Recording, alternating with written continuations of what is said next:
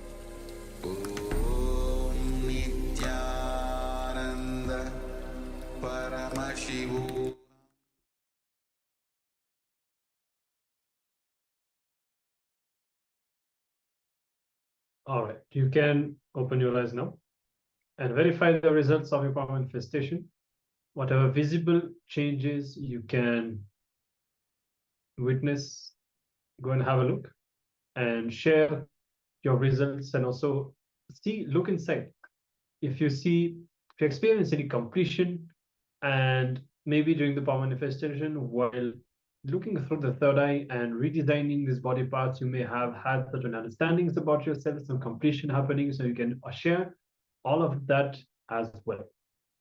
Okay, so take a few moments to verify. If needed, take another picture as well and share the results of your power manifestation. Yeah, that would be best. If you can take pictures of your power manifestation, then you can also share the results. You can share, yes, today I manifested the power of body sculpting, and I changed the color of my right eye from blue to green. Something like this. How cool is it? If you can share this with your friends and family, that is a great inspiration. And enriching others with the science of power manifestation will always lead to a breakthrough. Understand that. If you act from the space of life is for others, naturally it will be too easy to enter into the oneness space. It is not against others, it is for others, because they are your extension. So let us hold this space of oneness, which is also essential for the power to manifest in the first place. So we are going to continue on the path of transformation, superconscious, mutation, yoga, through Ashtanga, the 8 limbs as revealed by Patanjali. And yes, we're going to dive into the next jnana segment of the day. Yes, now the next technique or the next process that we'll be entering into is going to be based on intensity. And Swamiji said that with intensity, any movement that we do can lead to even a superconscious mutation. So essentially, when you have intensity, whatever context you are holding, whatever intention you have, you can directly reprogram yourself, reprogram your biomemory, muscle memory, and give a breakthrough to yourself with just intensity alone. So let's listen from Swamiji. Let's learn about intensity and everything related to the next process that we'll be entering into.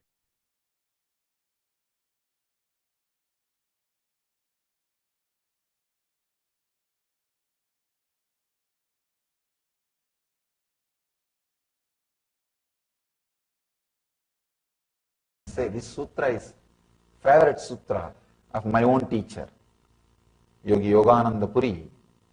He will continuously repeat this one sutra. Anybody comes with any problem, from knee pain to some experiences of samadhi, any problem they come up, he has a standard answer. This only sutra I will repeat. He will say, Abhyasa Vairagyabhyam Tannirodha. Sometime when they come and tell the problem, they'll tell, we know your answer, Swamiji. You don't have to answer, we just want to tell you our problem. We know the answer, we just want to tell you our problem. Means, this sutra is the ultimate solution for all the problems and obstacles you face in the yoga path, in the path of yoga. It is very easy to start the path of yoga because it is very inviting. See, when you see some yogi, how they live, when you see their life, it is just too much. First, you will naturally feel jealous. You will feel jealous. Naturally, what you will think? Next step, I should do what he has done. And with all the enthusiasm, you will buy all possible books, yoga mat and everything. Sometimes I have seen people buying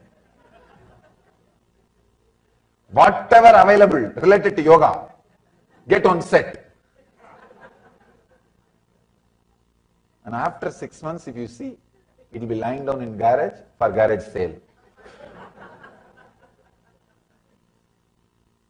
This sutra is a solution for that. What you do is not the great thing. How you do, the intensity. Understand? when I asked my teacher about this one question, see, actually, he will make me do all kinds of things. He will ask me to climb the temple pillar, the temple where he was teaching me yoga. He will ask me to climb the pillar by holding the one hand. I'll go up and down, up and down, up and down. When I was very young. When I started studying these books, suddenly I discovered there is no sutra which says climbing the pillar is yoga. And he will torture me, asking me to climb the pillar up and down, up and down. And of course, that helped me in one way. Whenever I don't want to go to school, I'll climb the tree and sit on the tree. See, in the villages, the big problem in Indian villages is very small place. They will send a watchman to every house and bring the kids. You can't escape. So, but this watchman is a very old guy. He can't climb the tree. I'll climb and sit on the tree. He'll never be able to take me to school. And this guy will, my teacher will make me climb that pillar, up and down, up and down. When I read the book, it doesn't say it's yoga. I asked him, what do you mean by making me climb this pillar up and down every day? Nowhere I see this yoga. He made me understand. He gave me an important click. I can say it's a very strong click. He says, with a strong intensity, any movement done brings health. Understand? I can say, this is the basic sutra. A strong click with a strong intensity, any movement done is yoga. I can say, this is the basis of our Nitya Yoga. Whatever yoga I am teaching, this is the basic sutra of the Nitya Yoga. It is not adding more movements to your life. It is adding life to your movements. Intensity. With intensity, any movement done is yoga. Without intensity, even if you do so-called yogas, asanas, it will be more or less an exercise. It may create an effect of an exercise. With intensity, any movement done leads you to yoga. He says beautifully, with intensity and intention, any movement you do, it becomes part of your bio-memory. It becomes part of your prarabdha. Patanjali is the first subject I spoke in the planet Earth.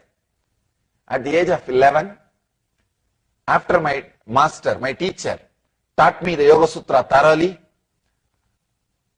first time he called a huge gathering of all his disciples and followers. His name is Yogi Yogananda Puri. They call him Raghupati Yogi, Yogi Raj Raghupati Yogi Maharishi.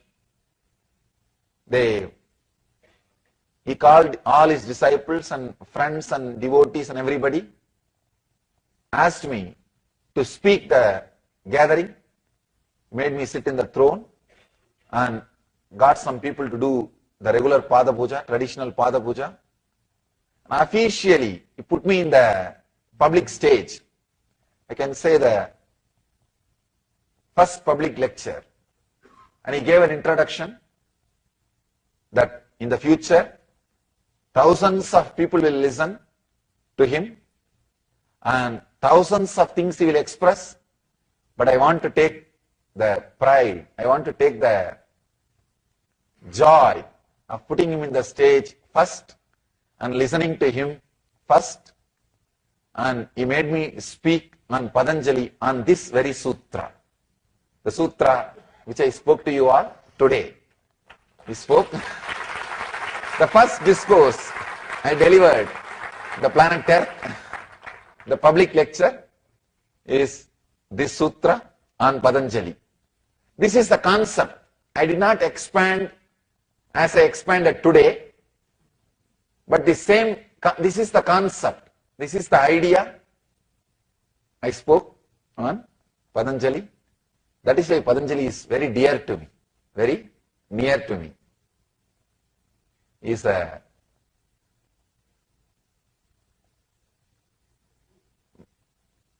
Patanjali is the knowledge, sutras. First, I learned, experimented, experienced, and expressed. So,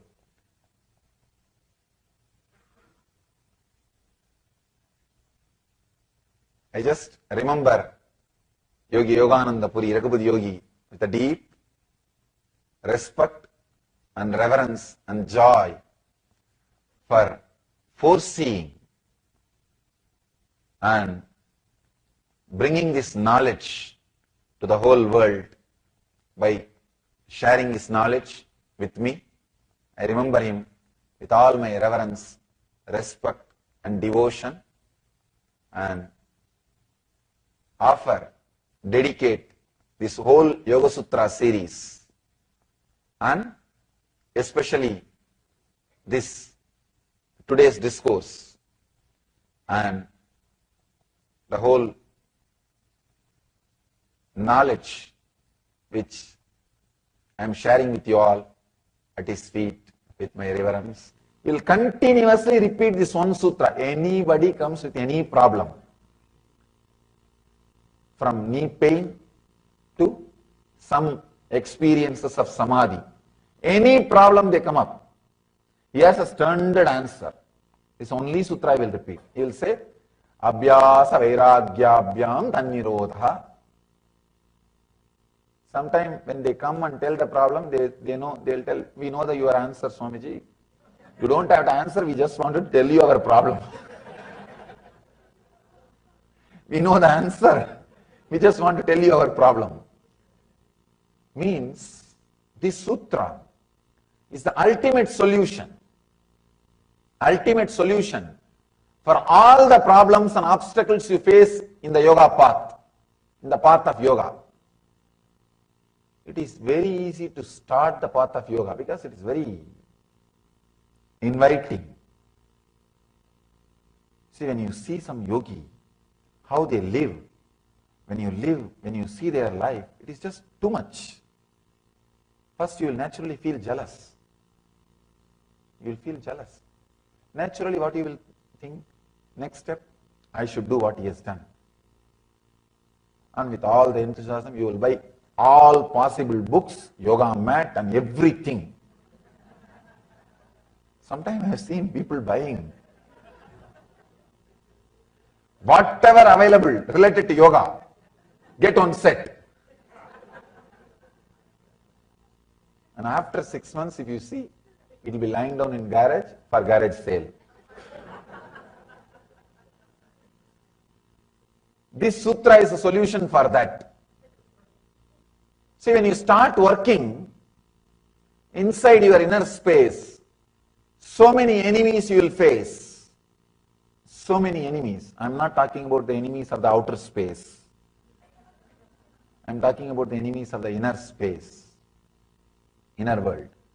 Please understand, Patanjali goes to the extreme of saying even extraordinary powers are obstacles. He explains the whole science. He explains the whole science, how you get extraordinary powers.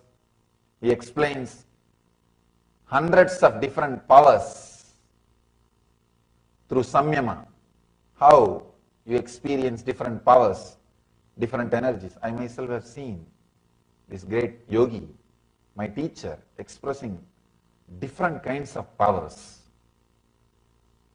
Just through sound, he will play whatever he wants.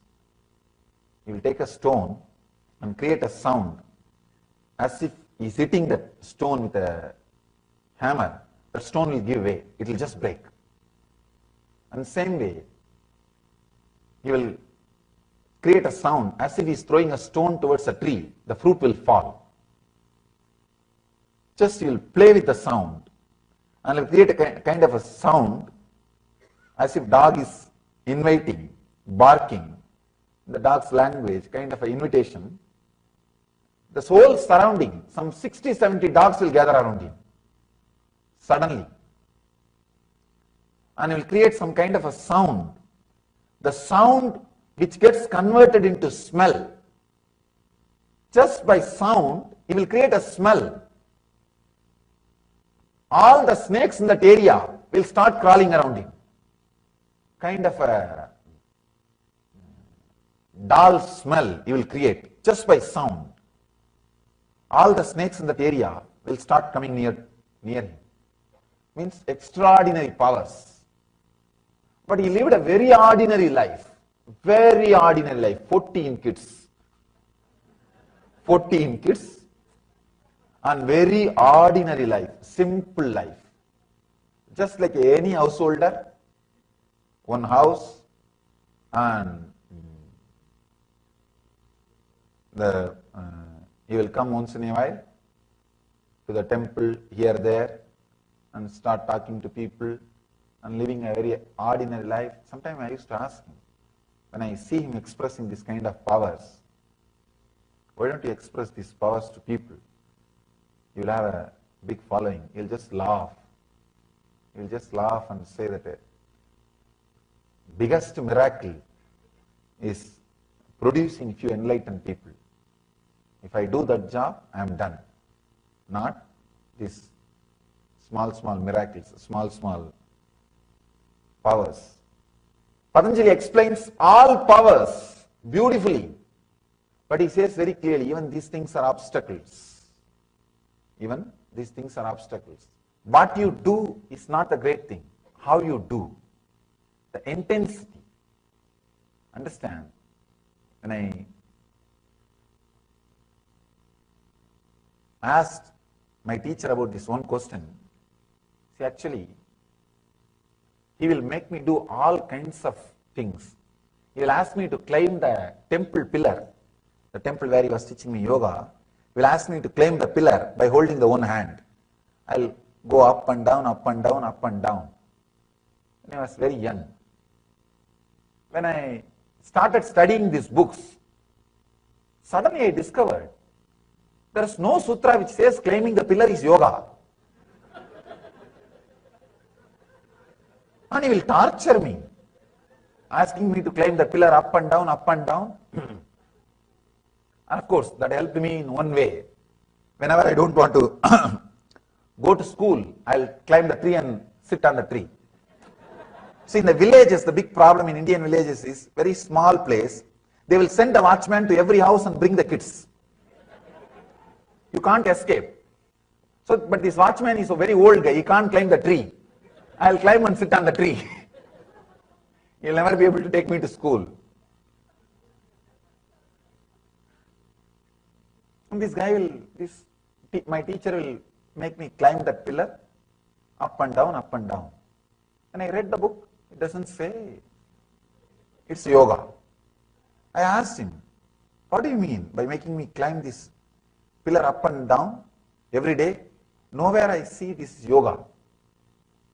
He made me understand. He gave me an important click. I can say it's a very strong click. He says, with a strong intensity, any movement done brings health. Understand? I can say, this is the basic sutra. A strong click with a strong intensity, any movement done is yoga. I can say, this is the basis of our Nitya Yoga.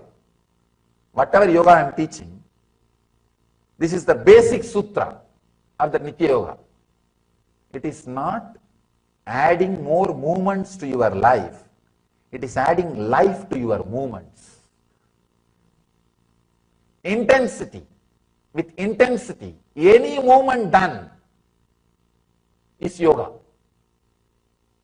Without intensity, even if you do so-called yogas, asanas, it will be more or less an exercise. It may create an effect of an exercise.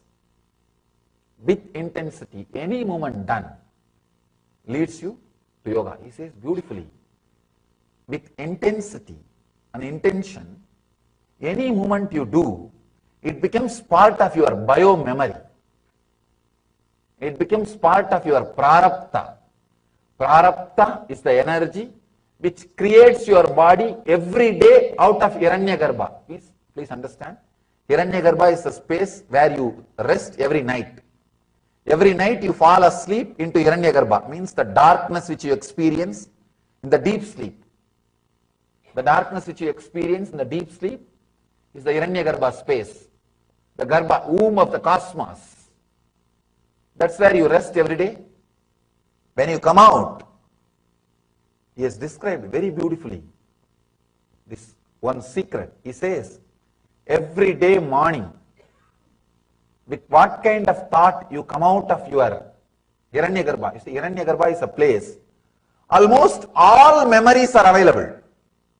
If you want to become a football champion, whatever is needed, health, intelligence, will be available. If you want to become a cricket player, all the things are available. If you want to play golf and become a champion, everything is available. If you want to become a rich man, all those memories are available. Hiranyagarbha is a place, the cosmic archives. Actually all memories, all intelligence, everything is available in the cosmic archive, in the Hiranyagarbha. When you take your body, which thought inspires you to take your body, that kind of engraved memories, karma, you bring out of Hiranyagarbha. If you think, I should get up, I should get up to go for my job, then you bring what you need to do for that job. That kind of memories, you bring it out and you come out. Every day, early morning, what you think, that kind of memory only will be inserted, downloaded inside your system to live your life.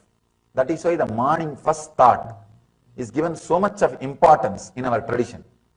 The moment you get up, you are expected to bring some divine energies and divine mantras and divine chants and divine feelings to your being, so that you bring that kind of prarabdha. See, every night is your death, every morning is your birth.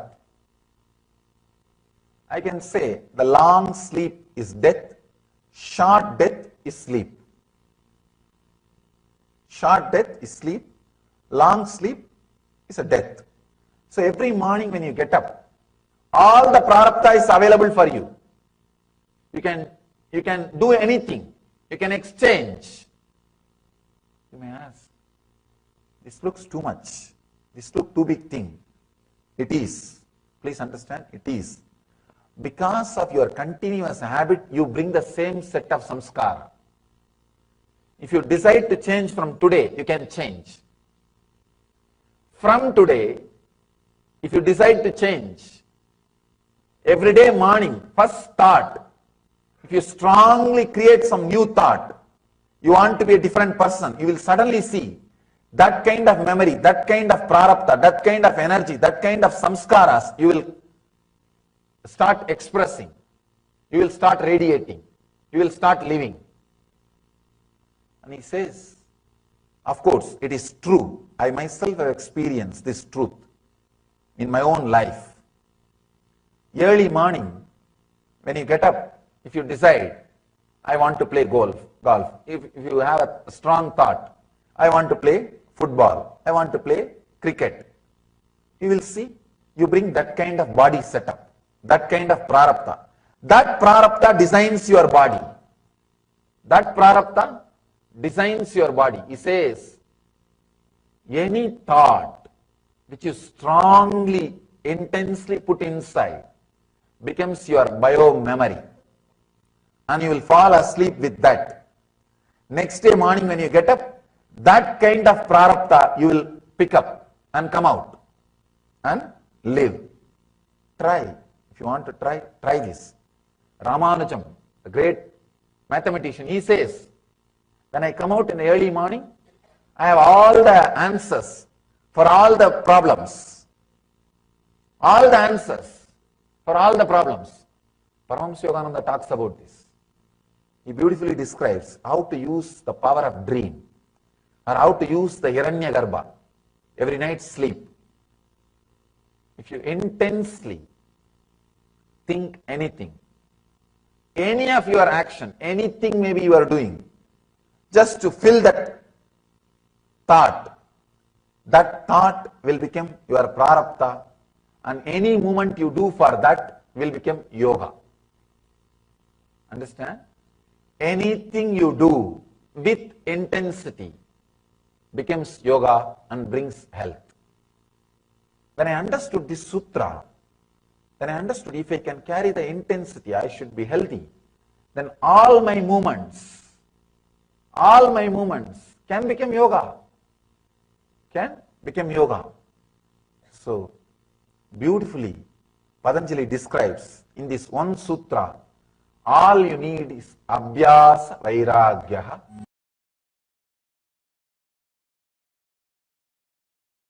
I was expanding on love current of Mahadeva and Isavasya Upanishad, 10th verse. Anyadeva hurvidyaya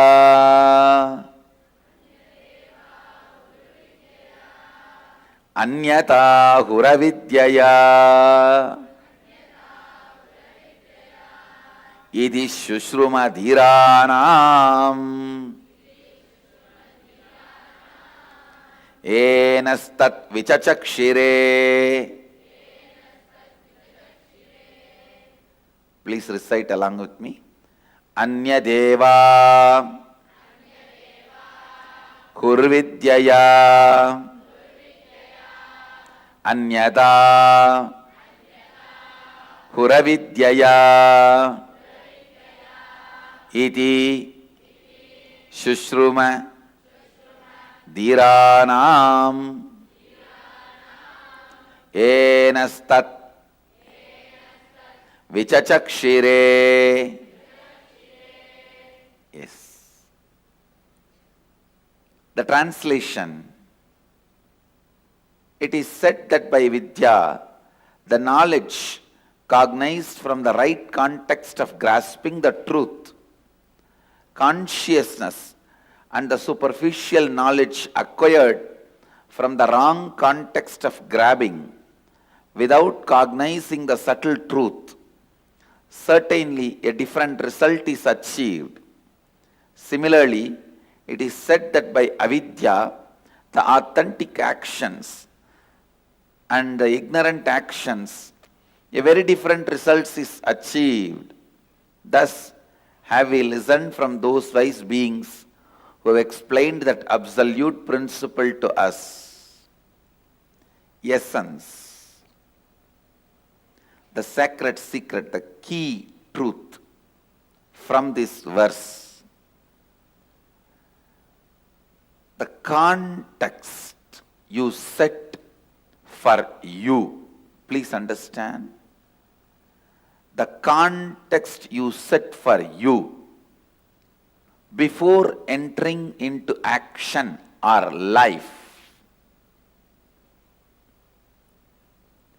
is more important than your decision of entering or not entering into life and what you do or don't do in life. Listen once more. The context you set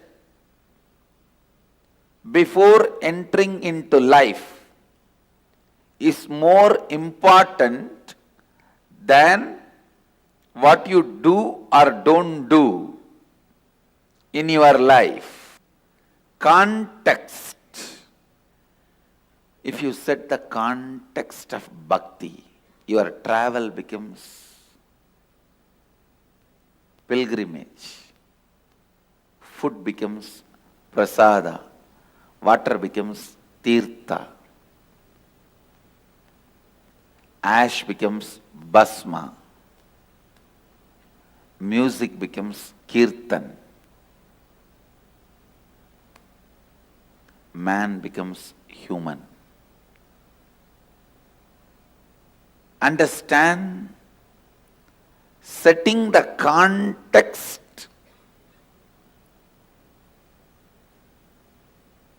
is much more important than the action, commission or omission of acts. Doing something or not doing something. Doing something or not doing something is not that important than the context. So all the outer world rules and regulations, whether it is simple traffic rules or the law of the land, is based on the action performed. Commission and omission of acts, because outer world can understand only that, outer world functions only with that, outer world can measure only up to that. In search of stability and surety, possibility is forgotten. Listen. Yes, outer world can grasp only that. Whether you walk in the left side or right side, you should walk or not in the left side or right side. It can only go to that extent. Outer world can understand only that extent is not wrong, but they try to become fanatically declaring only that much exists is something seriously wrong.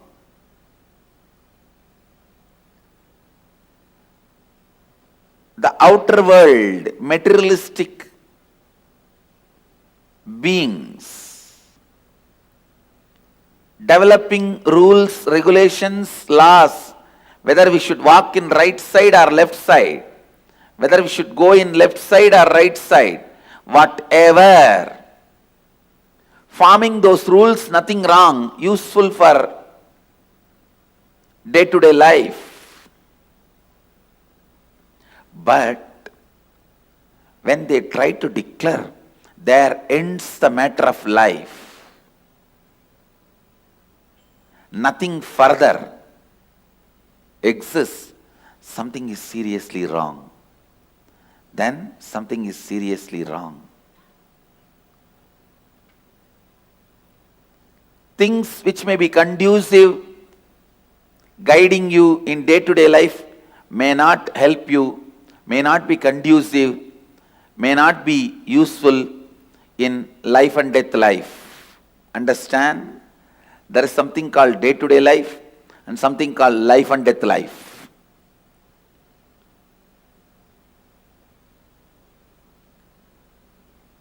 Which is conducive for your day-to-day life. Park in this spot, drive in this direction, walk in this place. These are conducive for day-to-day life.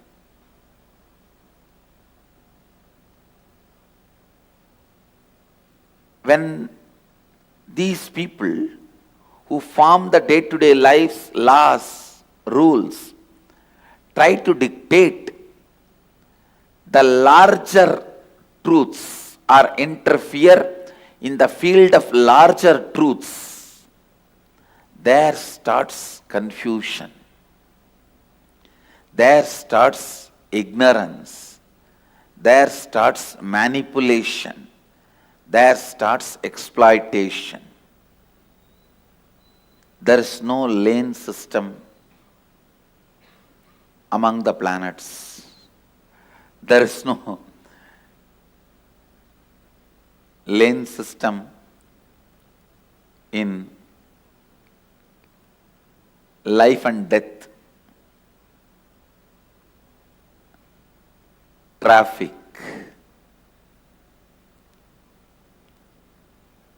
Understand,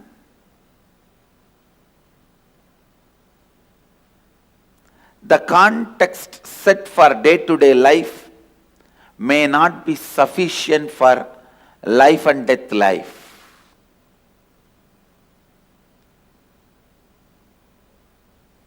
When you are entering into the street, you need to know traffic rules.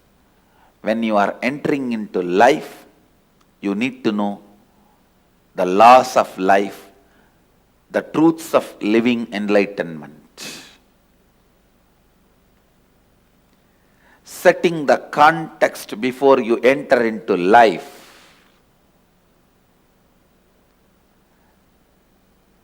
Please understand, life has no remote control. You have to get up and change it. Life has no remote control. You have to get up and change it.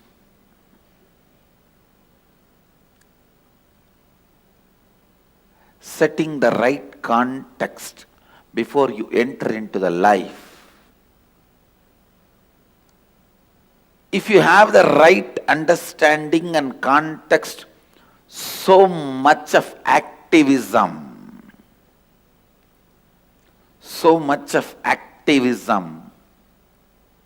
will be there in you. Please understand, being alive, active, intensely active. Have the right context, intense energy and activism. Understand, intense energy and activism. It is activism. There starts the first step, enlightenment. Intensely alive, intensely active, intensely intent. Your intention should have intensity. The context set for life plays a very important role than commission and omission of acts. Bring completion to yourself before entering into anything. Bring completion into yourself before entering into anything. There is no hurry in life for you to jump into something without having completion and destroy it. Bring completion into your life. Purnatva, bring Purnatva into your life. Only when you enter into the space of Purnatva, you experience the love current of Mahadeva. Only then you experience love current of Mahadeva. Understand? The love current of Mahadeva is one of the most important, most powerful, most important and most powerful, brilliant, intelligent, energetic, efficient, alive, ultimate experience of life. Understand, the love current of Mahadeva not just gives you some energy, it makes you become Mahadeva.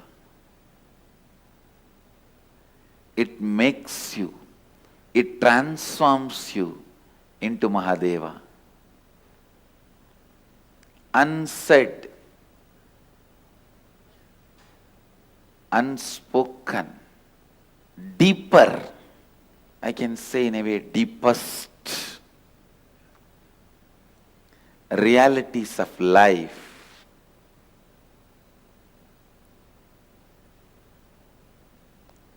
deeper, as I said, deepest realities of life. Understand? Unsaid deeper realities of life revealed to you by the love current of Mahadeva is what I call siddhis, powers.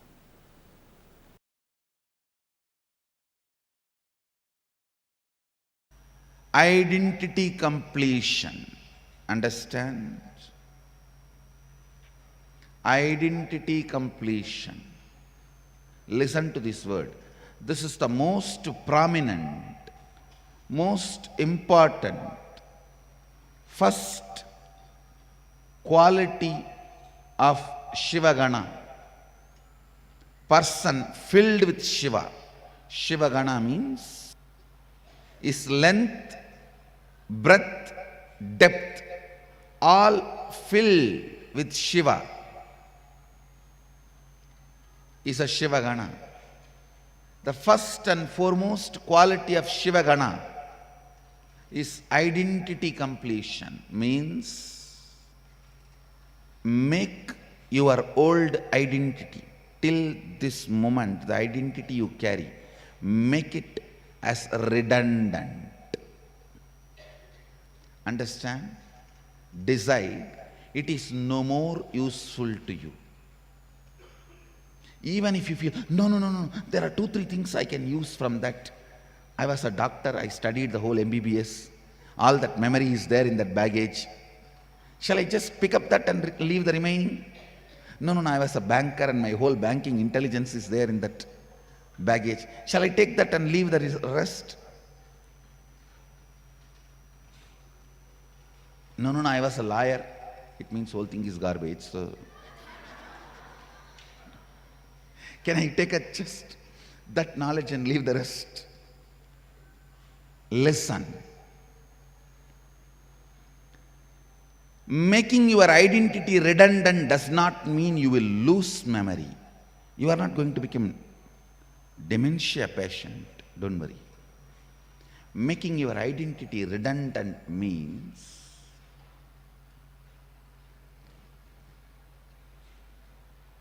living constantly with the clarity you are your intention to be. All the physiological, psychological, neurological ups and downs are not you. That is your identity. All your physiological, psychological, neurological ups and downs are your identity. Make that redundant. I am telling you. Most of you will not even bother whether these AC machines are working or not. But the moment you see the AC machines are fixed, you are already feeling cool. Because psychologically you feel secure. I am not going to be roasted in this. India's middle India's hot sun. Even for the whole 2 months, if it is not working, no one will even know it is not working. Most of our problems are all about your identity crisis, not reality. Bring completion to your identity. Your identity survives by constantly creating crisis for you. It makes you feel physiologically you are not right, psychologically you are not right, neurologically you are not right, then in what part you are right?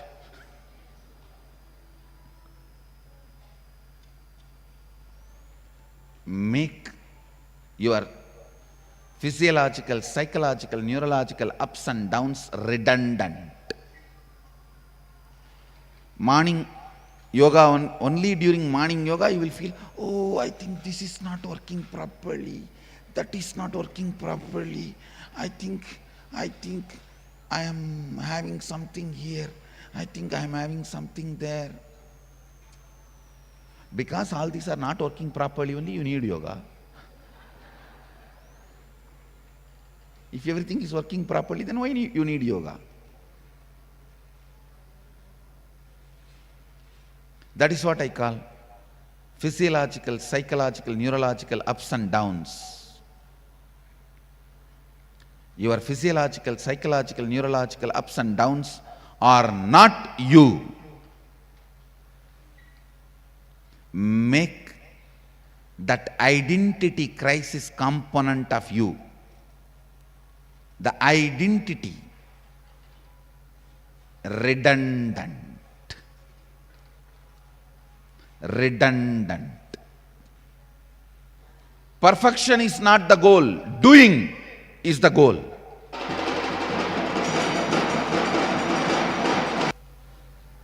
Make your physiological, psychological, neurological ups and downs redundant. Don't allow your physiological down, tiredness, psychological down, arrogance, agitation, irritation, jealousy, neurological down, going cranky. Don't allow any of this, because you are not that. Don't allow any of that to be part of you. You are not that.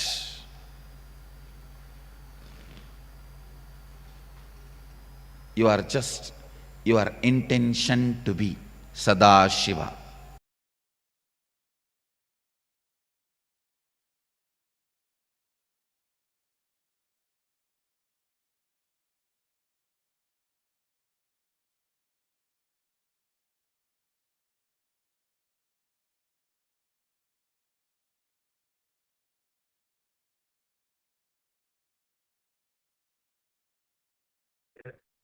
So Swamiji said, you are not your identity, you are not your ups and downs. An important understanding, bring completion to yourself before entering into anything. Because there's no hurry in life to jump into something without having the space of completion. Finally, you will just destroy it. You'll end up in a mess. So always bring yourself to completion, to the space of Purnatva. And what happens is, if you don't take the time to come to completion, whatever you do, that space of incompletion, agitation, restlessness that you have inside will not lead to any good results. Now, the technique that we'll be doing now, the pranayama technique, will help us to enter into a thoughtless space where our identity has less influence over us and where we are more in a restful awareness, so that we can live in the space of completion. And even completing will not be a very arduous task. You don't need to sit with yourself for a long time with the mirror. Just the moment you see that you are agitated or you have an incompletion, that moment itself, you will just be able to center yourself back in the space of completion with a simple decision. So we'll be now entering into a pranayama, a breathing technique. As we said, will help us achieve a thoughtless space where there is only air movement, breathing, but no thoughts, which is the space that we are supposed to be in, the highest space. And now Swamiji says we just need to learn the sense of breathing without thinking. So if anyone has any heart condition, do not strain yourself, do it very lightly. And you can take a break between each round of the process as required to make it comfortable. For the others, if it is fine. try to perform the Kriya continuously without any interruption. So you'll be first standing up. So we invite participants now to come to a standing posture, and you can separate your legs so that you are stable. So that your legs don't need to be wide open. Just have a reasonable gap in between your legs. And you're going to first inhale as slowly as possible. So in a standing posture, inhale as slowly and as deeply as possible. And then you'll be holding the breath as long as you can comfortably. Once you feel that you cannot hold anymore, you'll be exhaling again as slowly as you can. So don't empty all the air too fast. Try to control the exhalation. And after exhaling, again, you'll be trying to hold as long as you can with your lungs empty. Before you inhale again, hold as long as you can. And then you can again inhale slowly and repeat the process. So let's do that for a few minutes now. If you haven't started, you can do so now. Come to a standing posture and let's begin the pranayama.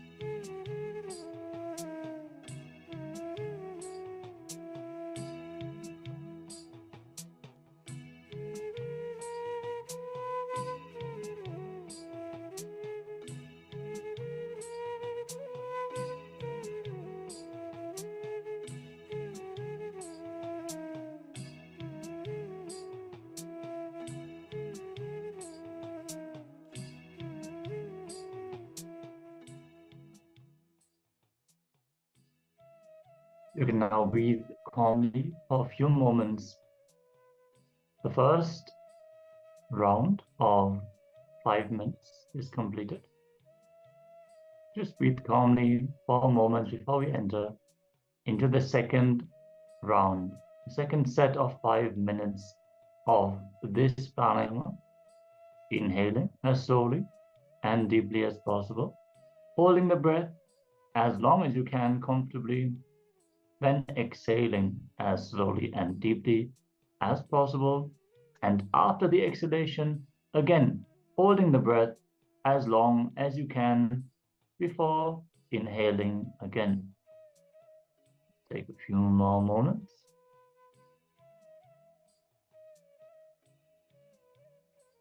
And now let us enter into the second round. Perform the pranayama once more.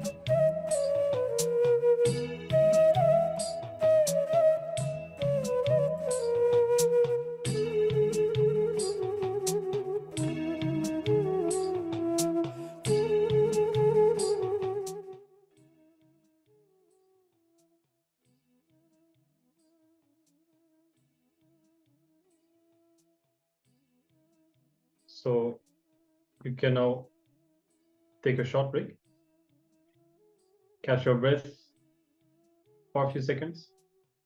You can relax. Inhale and exhale comfortably for a few moments.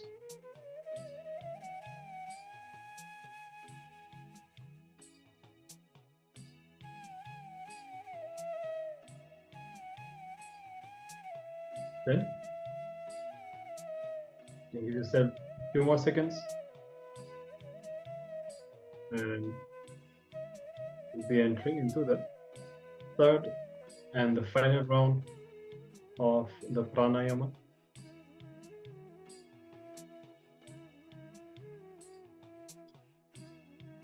So you can come back to the posture once again. Start the cycle of inhalation, retention, exhalation, and holding the breath on empty lungs. You'll be doing the pranayama for 5 more minutes.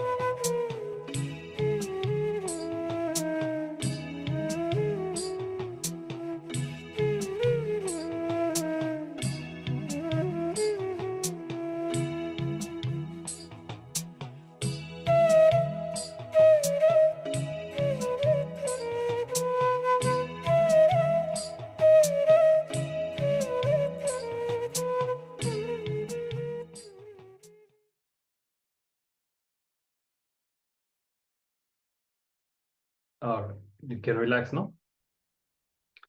This is simple but powerful pranayama to put us back in the zone of thoughtlessness, in a thoughtless space inside us. You can sit comfortably now. We'll be moving into the power manifestation. You'll surely be able to see and experience the benefits of this kriya. And we had a sharing. Agora Rupini said that she sat down, started sweating and feeling uncomfortable. Yeah, it's good that you sat down. That's perfectly fine. There will be deep detoxification happening inside you whenever you practice all of these techniques and so on. So it is mostly about that. Yes, Patanjali actually described the different stages of pranayama. So the first stage of pranayama, when you're doing it successfully, will be profuse sweating. If you go into the intense breathing. The second step that he describes is a tremoring of the entire body. And the final stage will be levitation itself. So it is exactly like Maharaj shared, it is a detoxification of the body. So the different pores of the body are opening up for you to be able to breathe through your skin itself.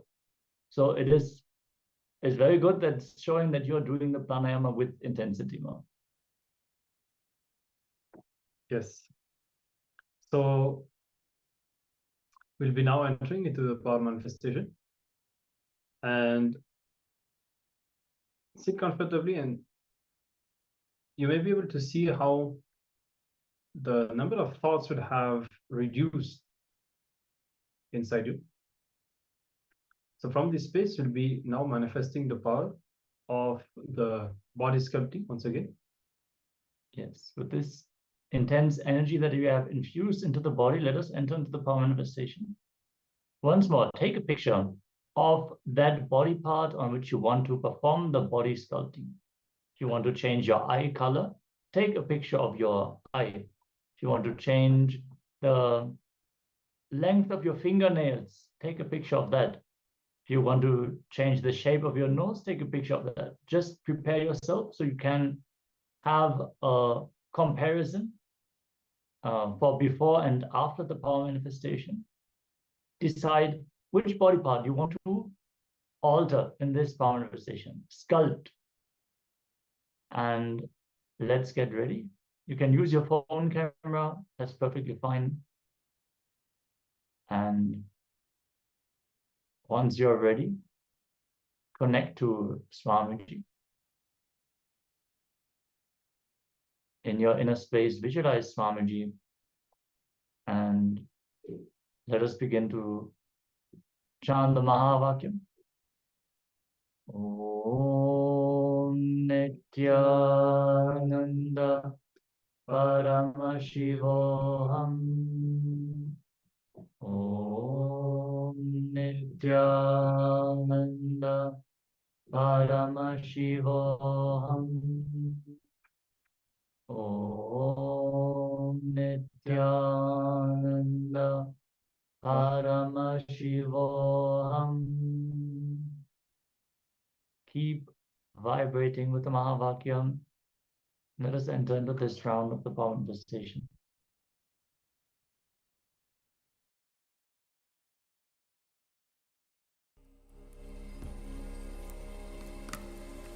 Om Nithyananda Paramashivoham.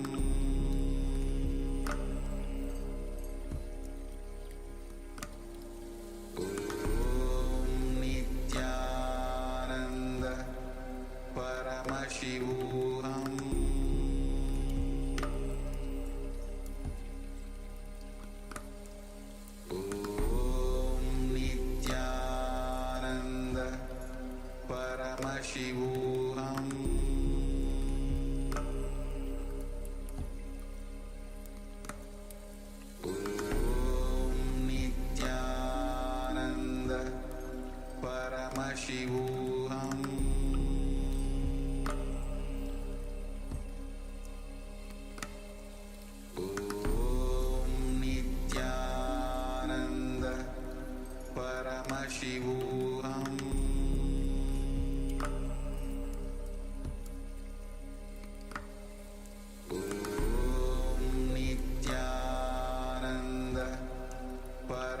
Paramashivoham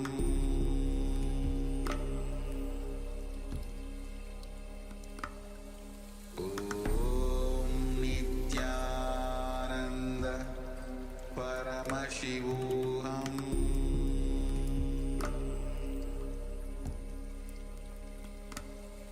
Om Nithyananda Paramashivoham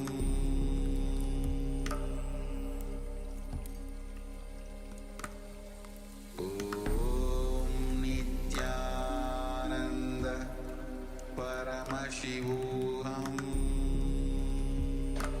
Dhyana Yoga Om Nithyananda Paramashivoham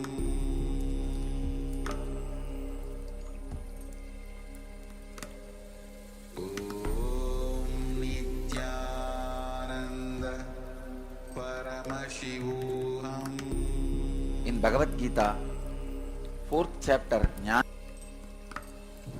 Om Nithyananda Paramashivoham.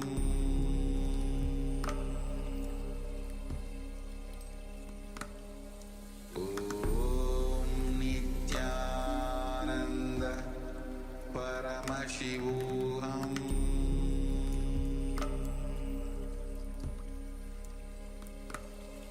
Om Nithyananda Paramashivoham.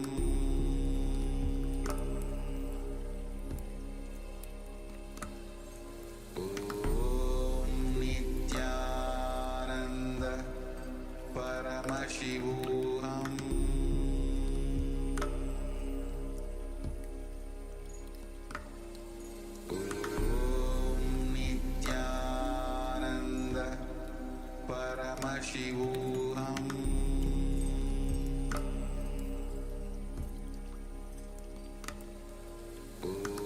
Om Nithyananda Paramashivoham.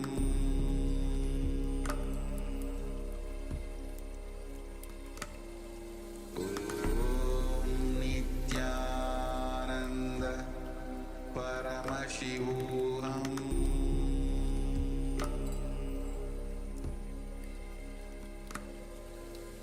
Om Nithyananda Paramashivoham.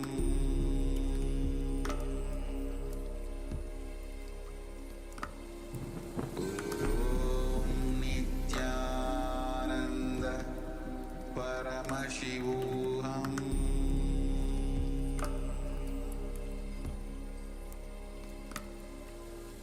Om Nithyananda Paramashivoham. Om Nithyananda Paramashivoham.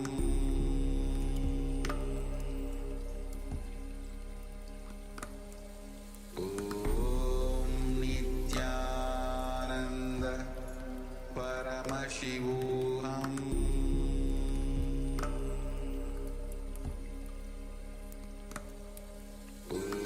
Om Nithyananda Paramashivoham.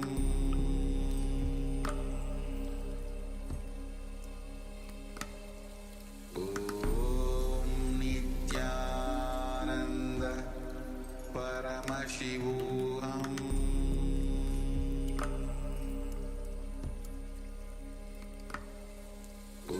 Om Nithyananda Paramashivoham.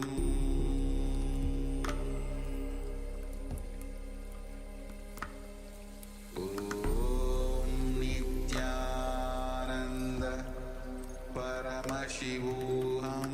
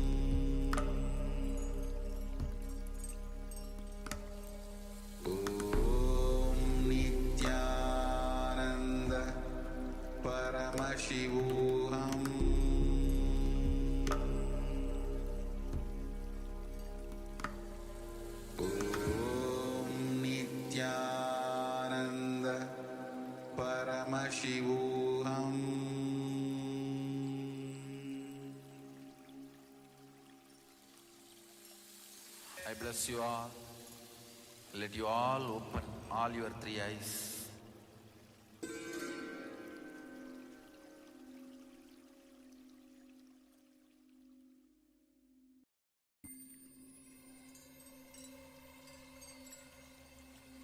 I welcome you all with my love and respect. Let you all open all your three eyes. Om Nithyananda Paramashivoham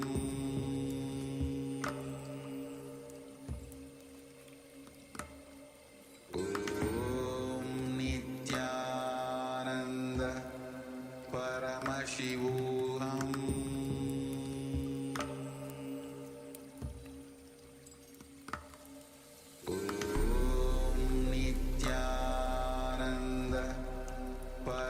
Paramashivoham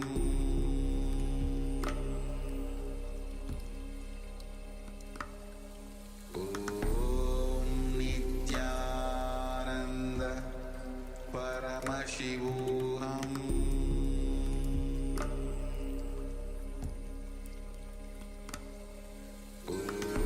Om Nithyananda Paramashivoham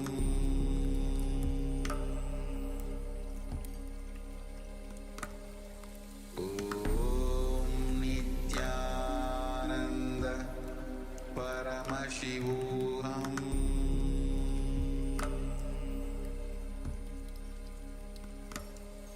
Om Nithyananda Paramashivoham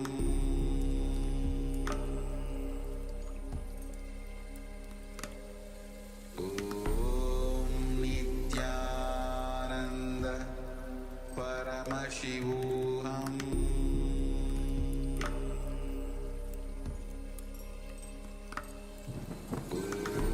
Om Nithyananda Paramashivoham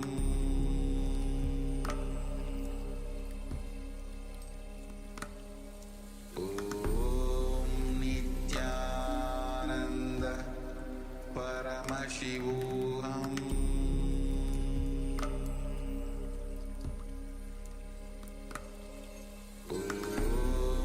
Nithyananda Paramashivoham Paramashivoham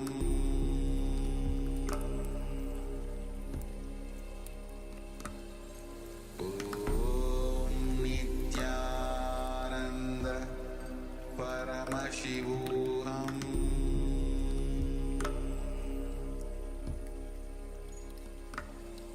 Om Nithyananda Paramashivoham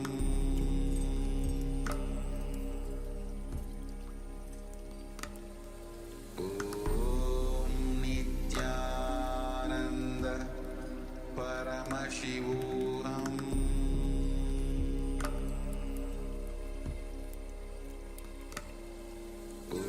Om Nithyananda Paramashivoham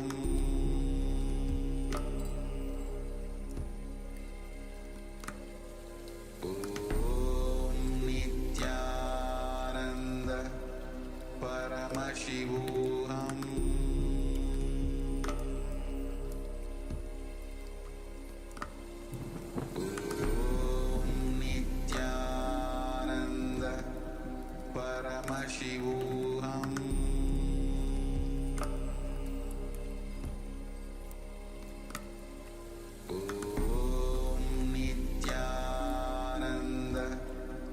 Paramashivoham Om Nithyananda Paramashivoham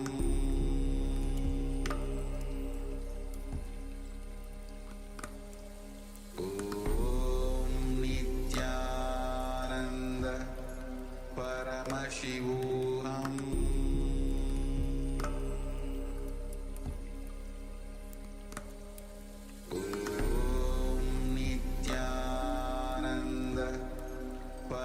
Paramashivoham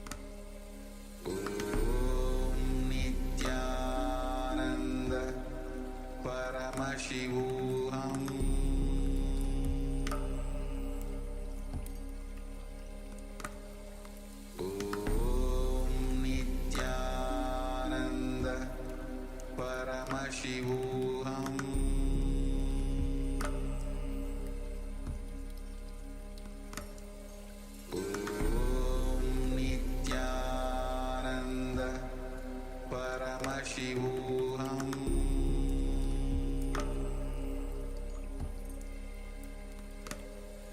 Om Nithyananda Paramashivoham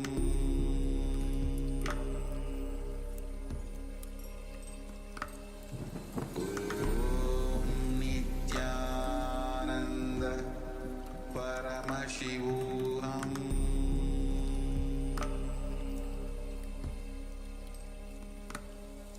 Om Nithyananda Paramashivoham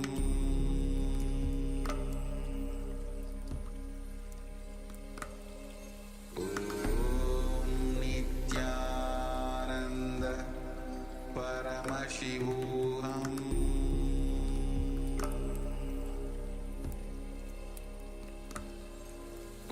Om Nithyananda Paramashivoham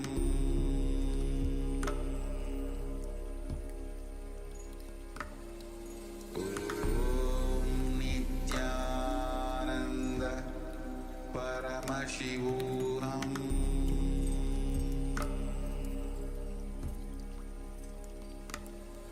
Om Nithyananda Paramashivoham.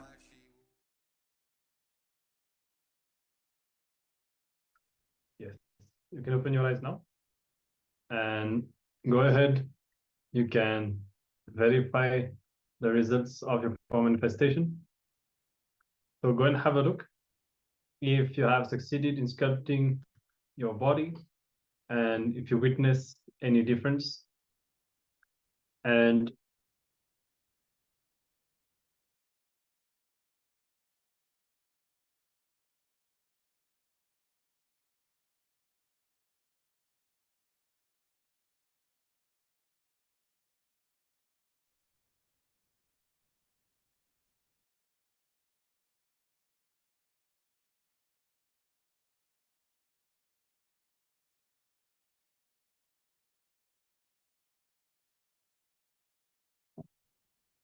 so have a look.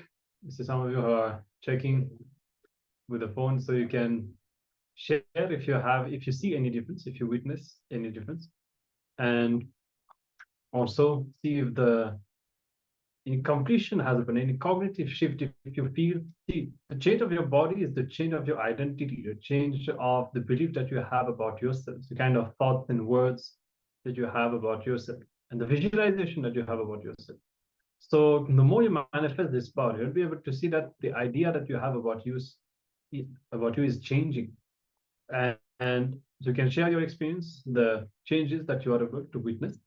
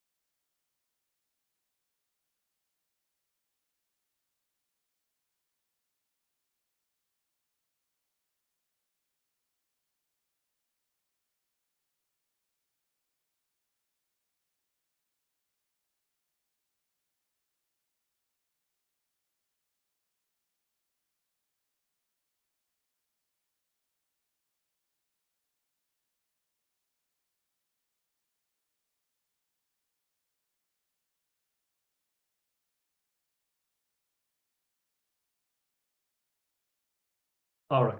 So you can share the results of your manifestation, and we'll be moving on. We'll be having another technique today. Lots of techniques as part of this Ashtanga process. The next is going to be a Kriya that has been designed by Swamiji for rapid recovery from illnesses.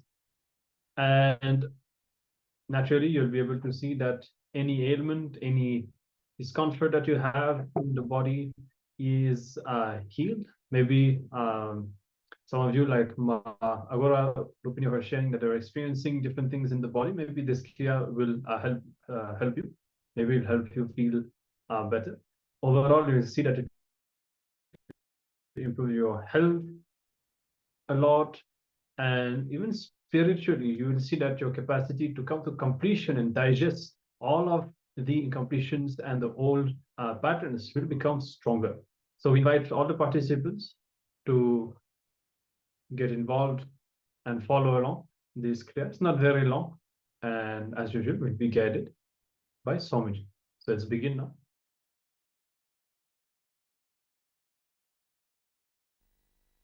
Nitya Kriya for rapid recovery from any illness, like a tiredness, other sickness, fever, any illness. Anjani Asana, first step. Then Shitali Kumbhaka. Shitali Kumbhaka.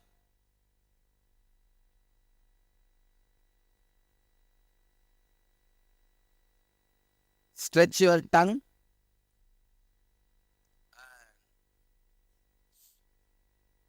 Roll sides of the tongue like a tube. Inhale through the tongue and hold as long as you can. And exhale slowly. Do this 10 times. Not 21, 10 times.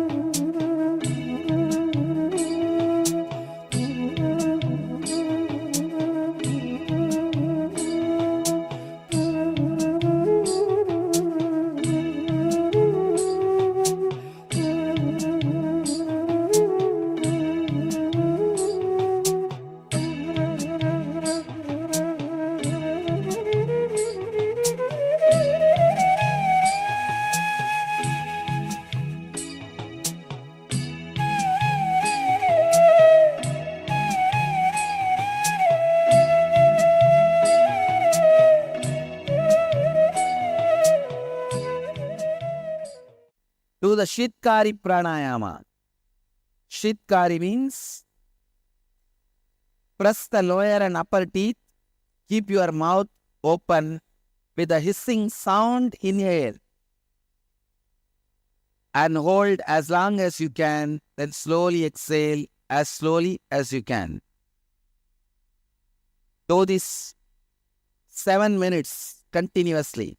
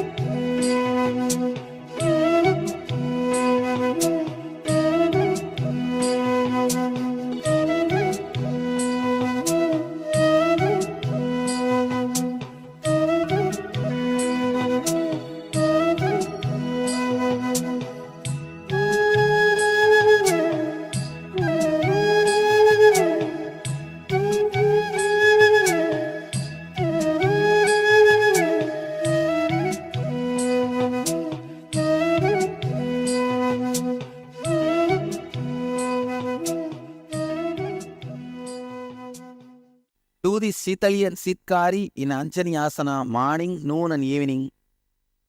You will recover from any illness quickly. Like fever, cough, cold, headache, regular illnesses.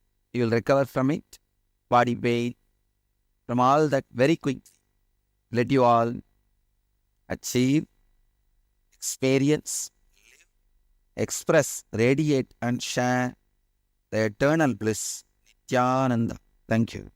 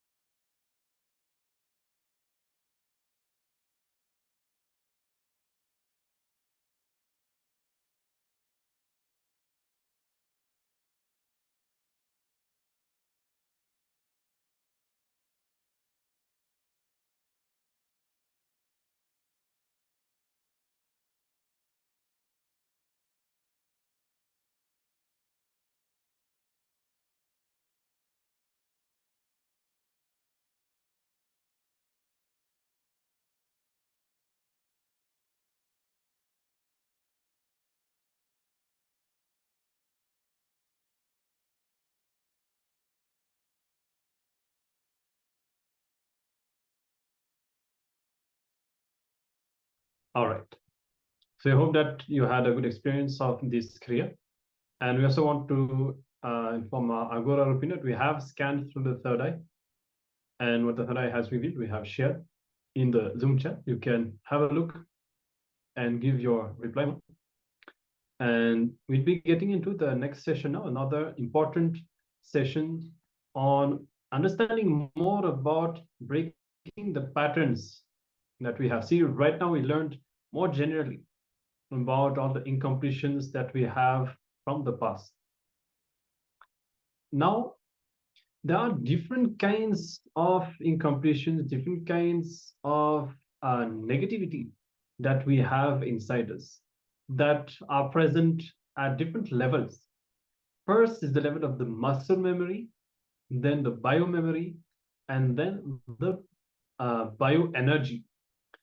So with the deeper understanding of these three, what they relate to, and what kind of patterns we have at these levels, we will be able to detox ourselves, and we'll be learning the different methodologies for each of these levels to detox each of these levels. Okay, so it's an important session. Again, come to the space of listening. If you have any doubt or if you need any clarification throughout the session, feel free to post your message in the Zoom chat. Yes, to start off, we're going to first learn about muscle memory and biomemory. So all your day-to-day habits, like morning you wake up and do yoga, or sip a cup of coffee, and the kind of food you eat, all your behaviors, habits, actions forms your muscle memory.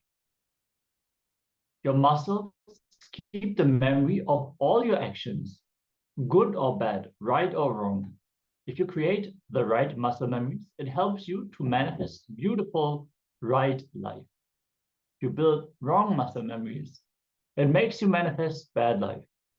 It is as simple as that. You would have experienced it when you have a certain habit and you know it's not good for you. But after establishing that habit, it feels like it is a part of you. And it's sometimes difficult. It feels difficult to step out of it.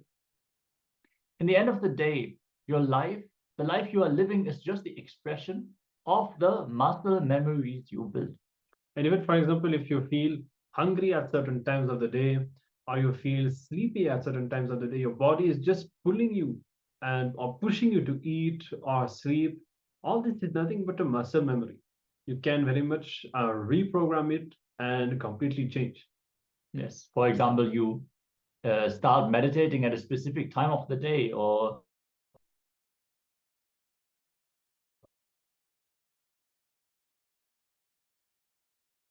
take these actions.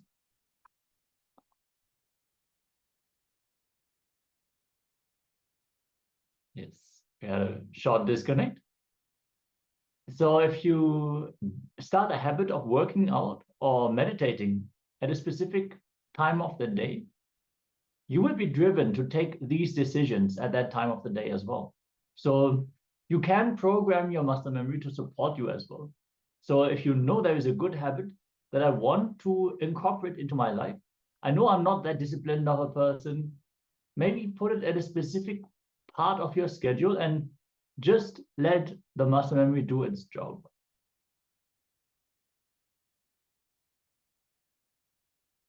Yes. So this is what a muscle memory is about.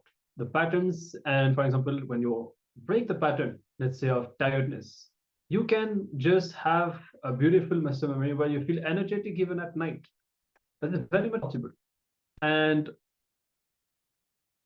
the best detox method for the muscle memory is taking haritaki powder.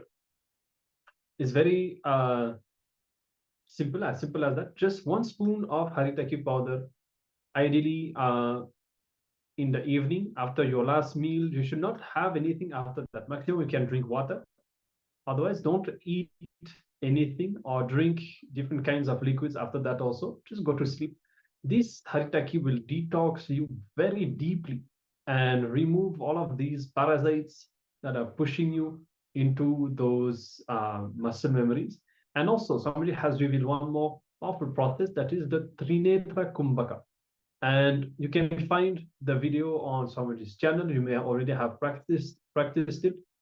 Somebody advised to do it 21, 42, or 108 times, even up to twice a day. So of course, depending on your level, you can decide. You can start at 21 times and gradually increase. These pranayama specifically will burn all the negative muscle memories. If you implement these 2 things, you will be able to detox your muscle memory completely. Okay, so this is the first level, the muscle memory.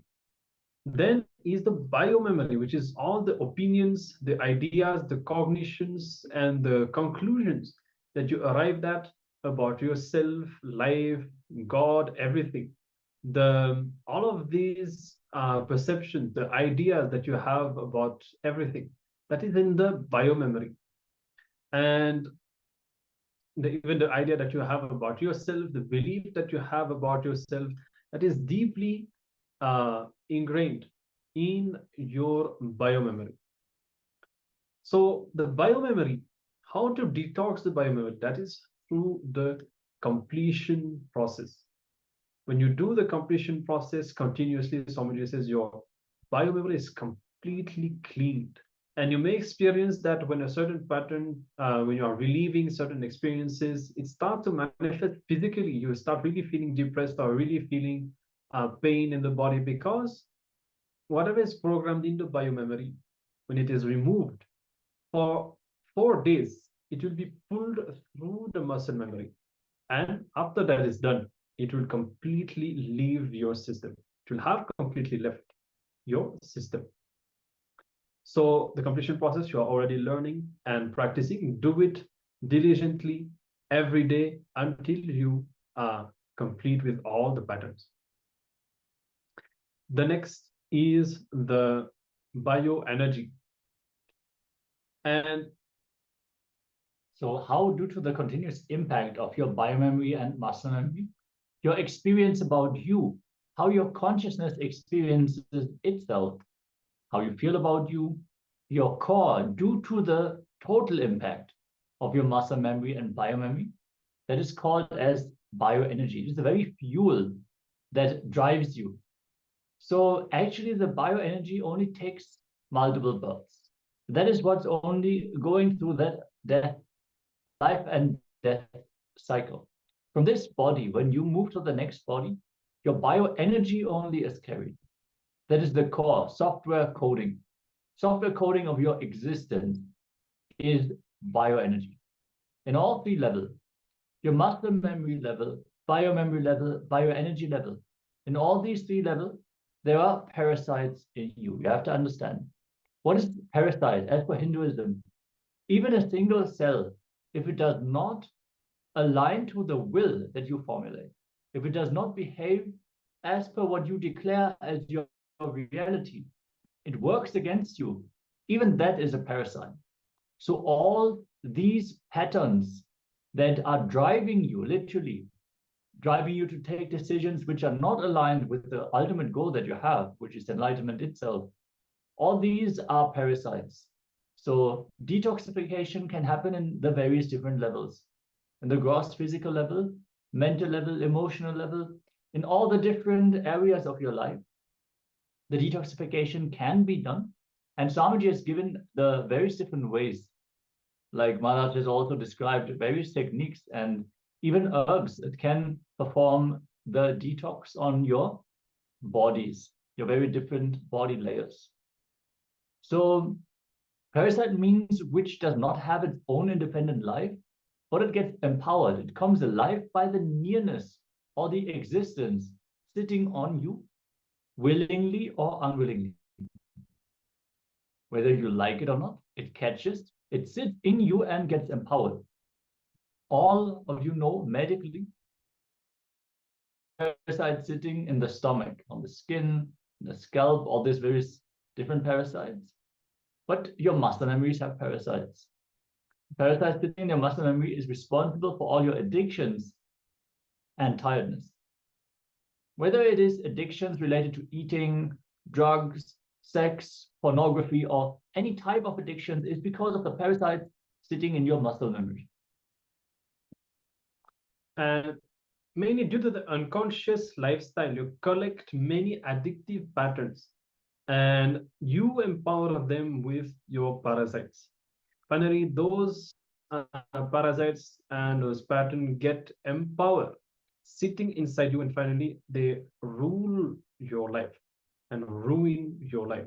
Like you are pushed into unconscious actions, knowing that it is wrong, knowing that it's not going to fulfill you because you have done it so many times, but still you do it because the parasite is there, sitting inside and pushing you to act. So this is how the parasites are affecting us, and how, due to the influence of these parasites, we make so many negative decisions in our lives. Now, we have already covered for the muscle memory, haritaki, even our other powders like triphala and ashwagandha. So all of these powders that have a strong capacity to cleanse the stomach, they will detox you from all of these parasites and cleanse your biomemory.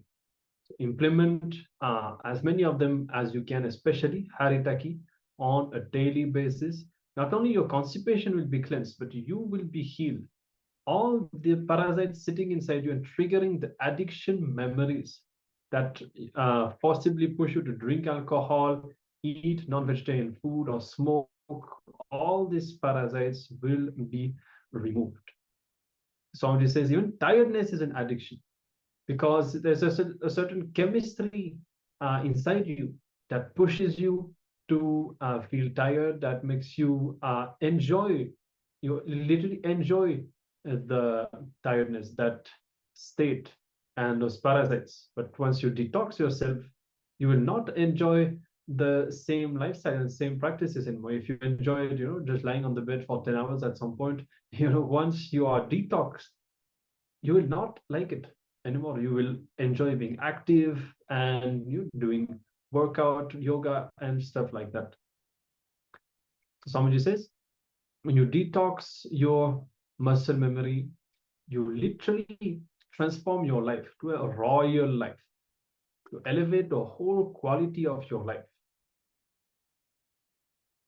Even doing yoga every day is another powerful way to detox your muscle memory, breaking all the patterns in your muscle memory.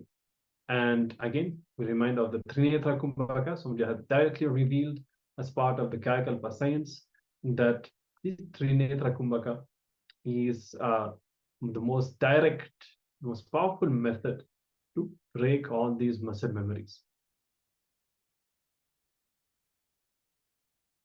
Yes. So we've been talking about the various different ways to cleanse, the various layers. So there is a way to cleanse the biomemory as well. So when the parasites sit in your biomemory level, they become part of your very cognition about you. The very cognition about you, that is the most dangerous. It literally feels like it is a part of you. Like you don't even separate them from what you perceive about yourself. So frustration, anger, violence, boredom, all these are parasites sitting in your biomemory. All mental disorders are due to the parasites sitting inside the biomemory. All of you should realize all your problems, mental or physical, is not because you are bad, but because your parasites are bad.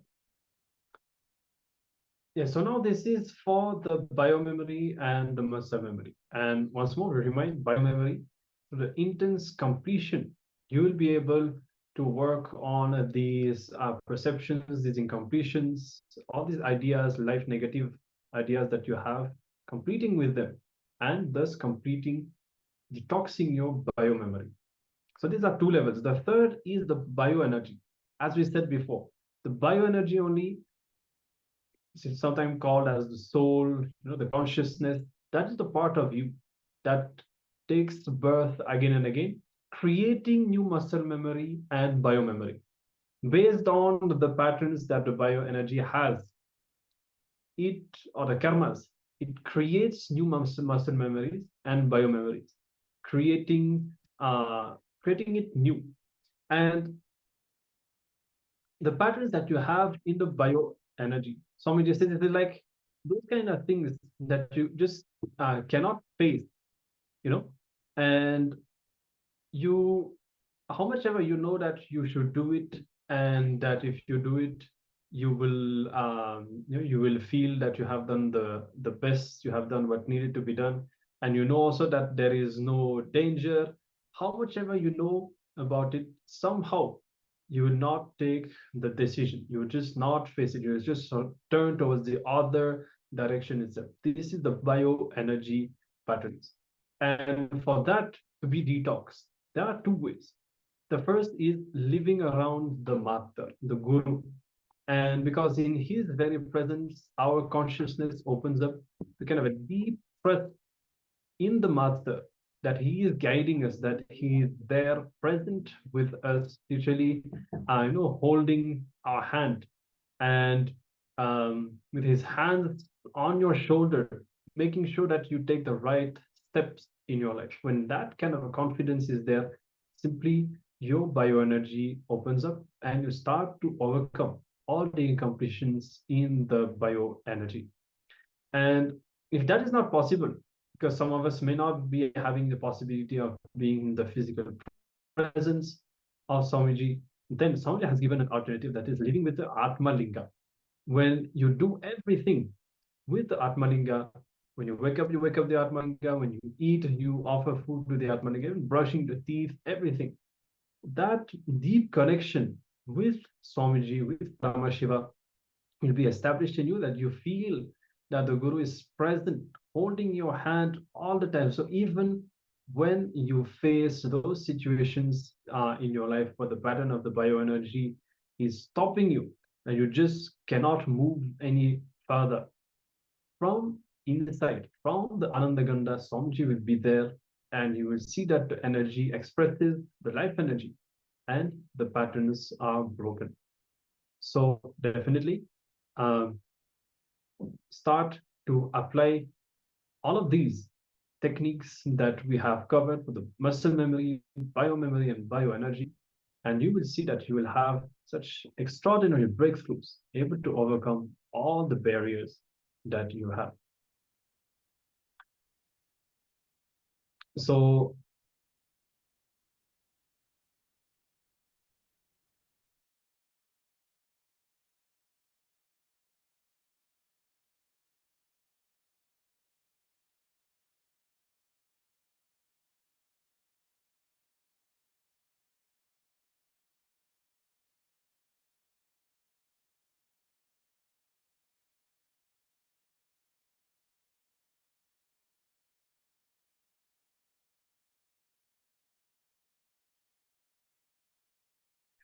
okay, so if you have any questions, you can feel free to ask any doubts, any misunderstandings about any of these layers.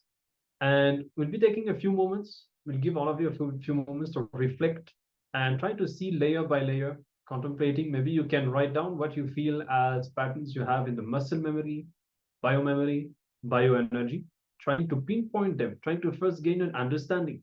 For example, okay, I feel tired every night. That's because my muscle memory is like that, because I have programmed it like that. Or hungry, hunger, same thing. And biomemory, let's say that you have, for example, a very deep feeling that life is unfair, for example. So that is biomemory. Then bioenergy, maybe certain situations in your life you just cannot face. You don't, you just run away from it completely. So there will be something in the bioenergy.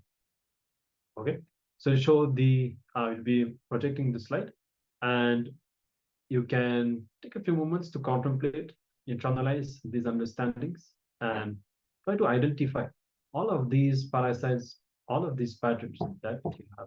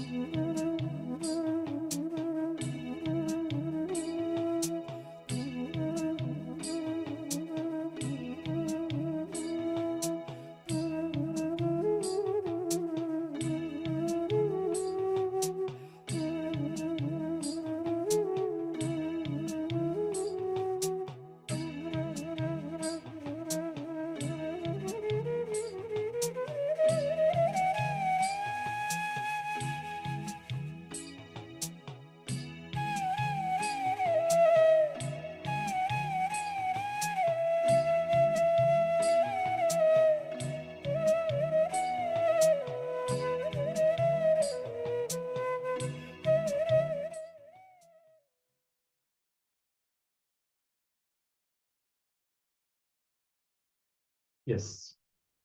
So we hope that you're able to see, understand which parasites are at play in your life and at which level, and that you have taken notes of how to detox yourself and deciding to implement. And also, Ma Agora Rupini, we did a third eye scanning. We hope that you saw the replay, the third eye scanning that we have given. And if not, make sure to have a look and give your feedback also.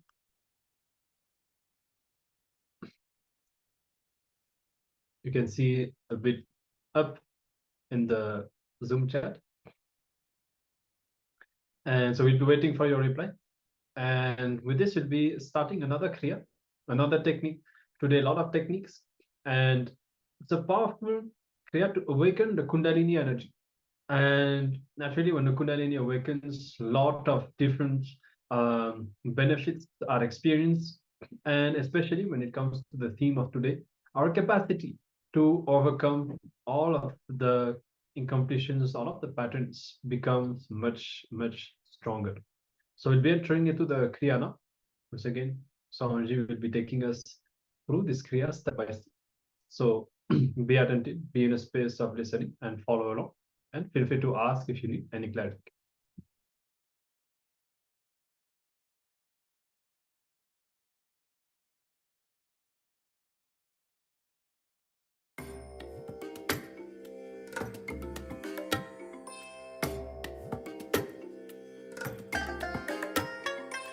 I bless you all. Let you all open all your three eyes and manifest the powers of Mahasudashiva. Om Nithyananda Paramashivoham. Om Nithyananda.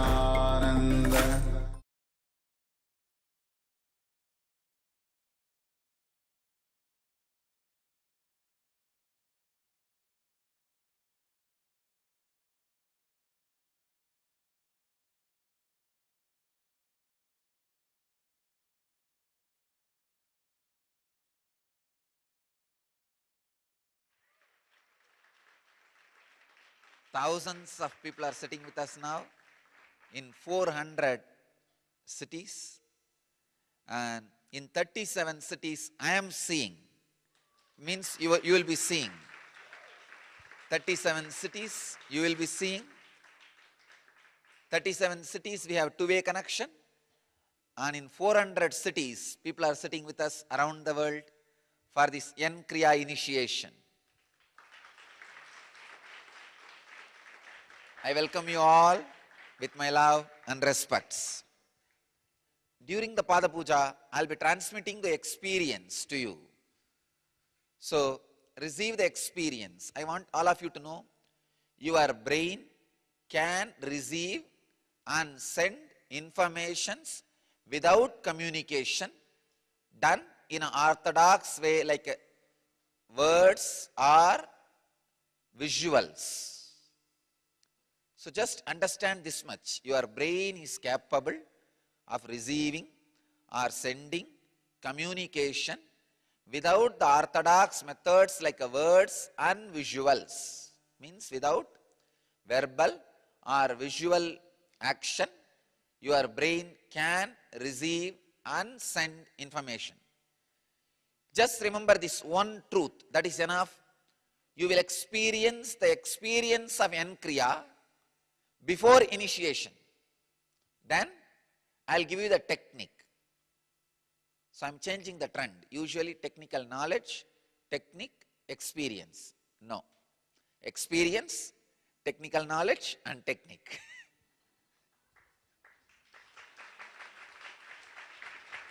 So I welcome all the people who are sitting with us. Perth, Australia. Blessings.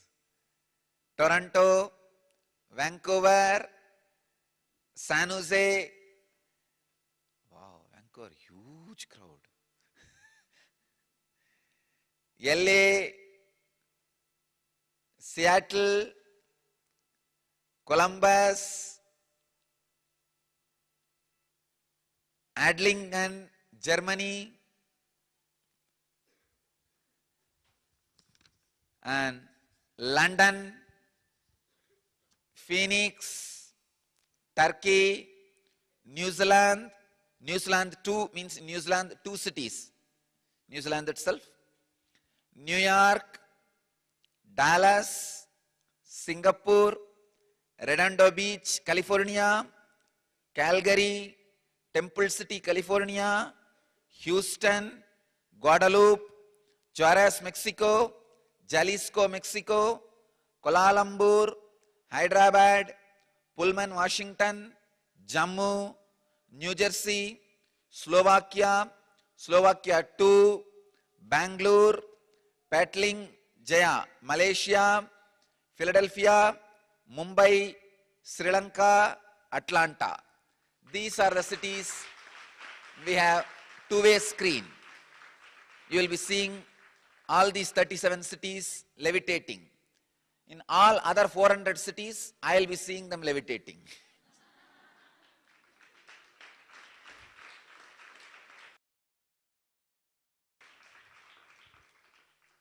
So, I request all the devotees, disciples, all the people participating in the initiation to sit either in Batmasana or Vajrasana or just simple squatting.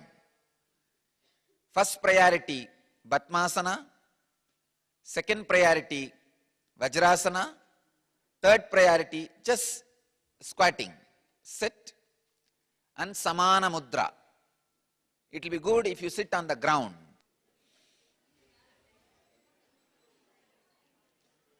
So, sit in Samana Mudra means lock your hands. Right thumb should be up, left thumb should be below. Lock your hands, sit straight.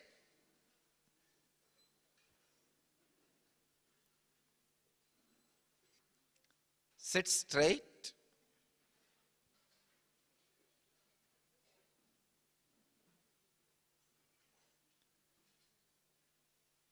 Batmasana or Vajrasana or just Sukhasana. Comfortable squatting.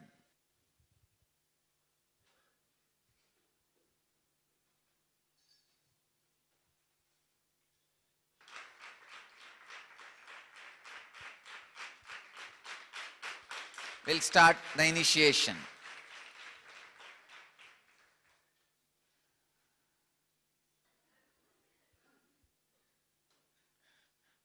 Samana Mudra, lock your hands. Means the right thumb up and left thumb low, below.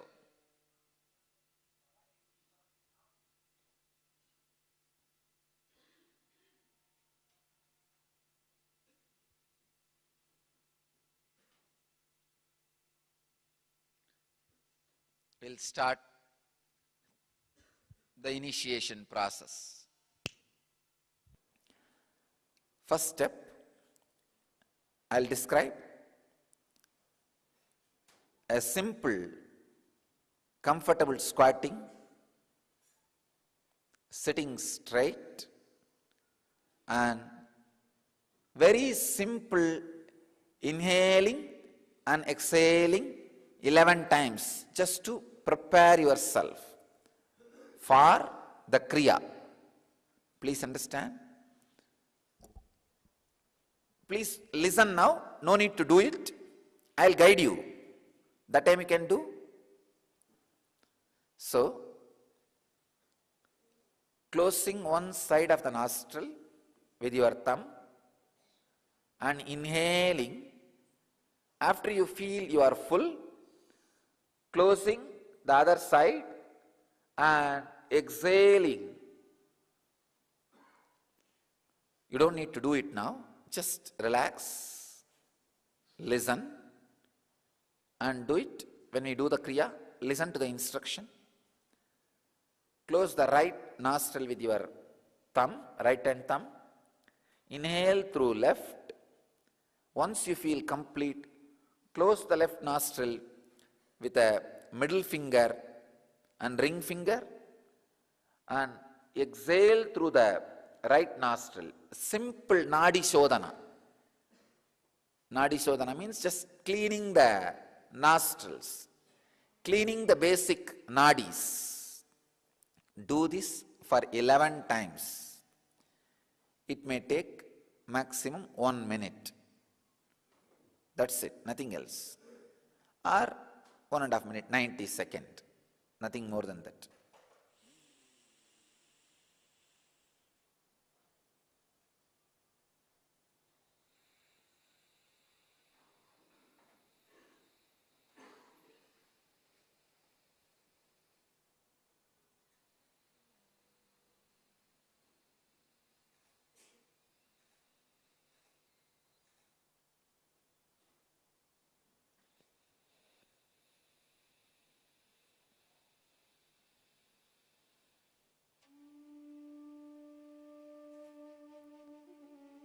I think I have shown very clearly. Please understand. Inhaling and exhaling. Nothing else. Very simple.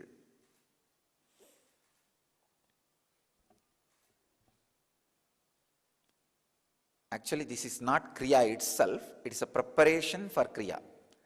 The first 3 steps are preparation for Kriya. And just letting your body warm up. This is the first step, 11 times. Second step, the Bastrika Pranayama. Please understand. The technical term is Bastrika. Pull your lower abdomen in and up.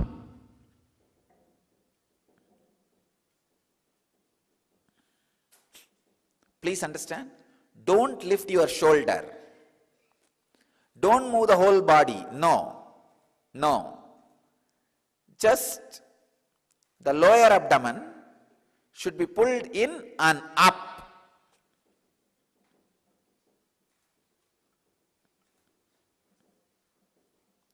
"21 times. Please understand. Again, I am preparing the body. 11 times of Nadi Shodhana, simple breathing. 21 times of Bastrika. 21 times is very simple thing. Actually, it's nothing. Just 21 times of Bastrika. This all preparation. Please understand. This all preparation to push you to the original Kriya itself.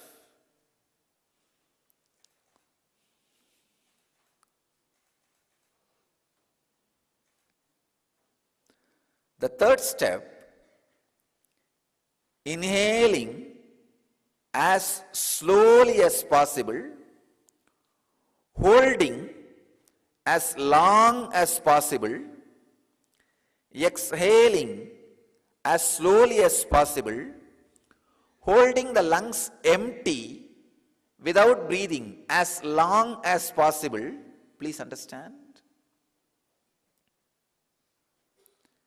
I have collected, arranged, compiled various different pranayamas and mudras and postures in this set to give you the maximum benefit, spending less time and less effort. Almost like Lazy Man's Guide to Enlightenment. One,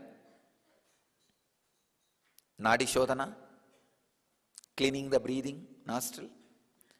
21 Bastrika,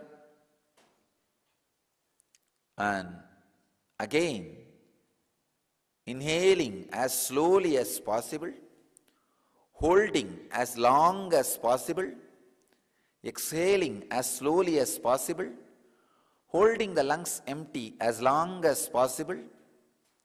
This same cycle should be repeated. You see, all these 4 actions put together is called one cycle.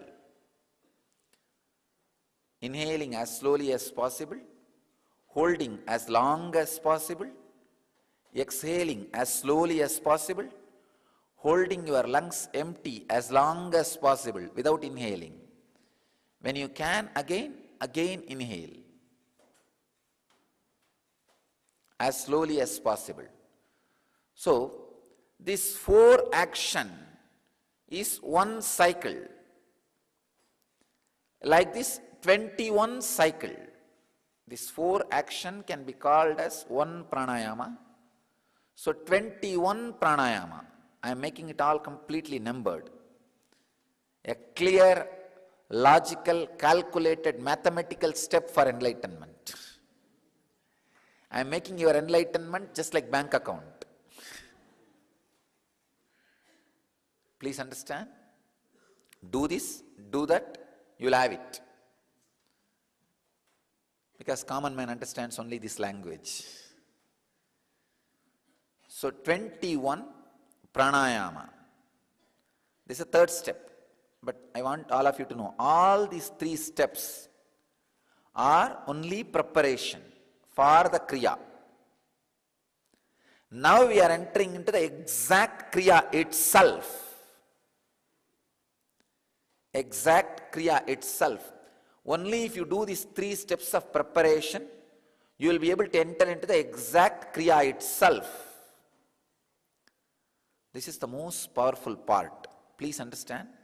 The exact kriya, if you do without preparing these 3 steps, it will not have any effect on you. So you need to enter into this kriya after only these 3 steps. That is why I am saying, whole thing is kriya.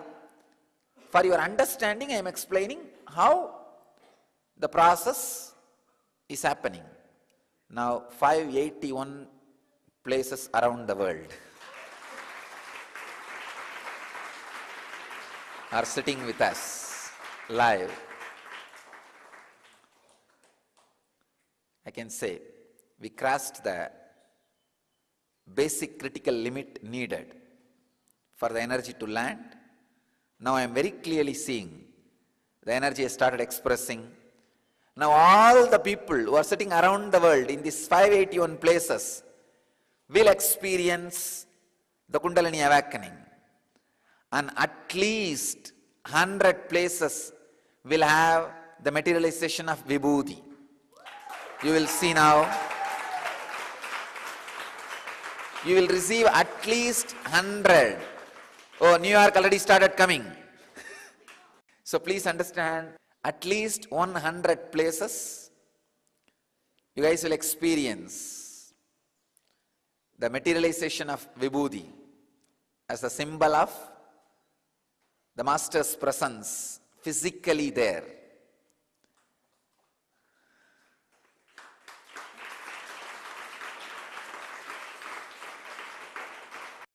Now listen the instruction. Thumbs on the ears and the index finger and middle finger on the eyes and the ring finger on the nose. If the little finger touches your lips, that's enough. Even if it doesn't touch, it's okay. Please understand. I'll show you.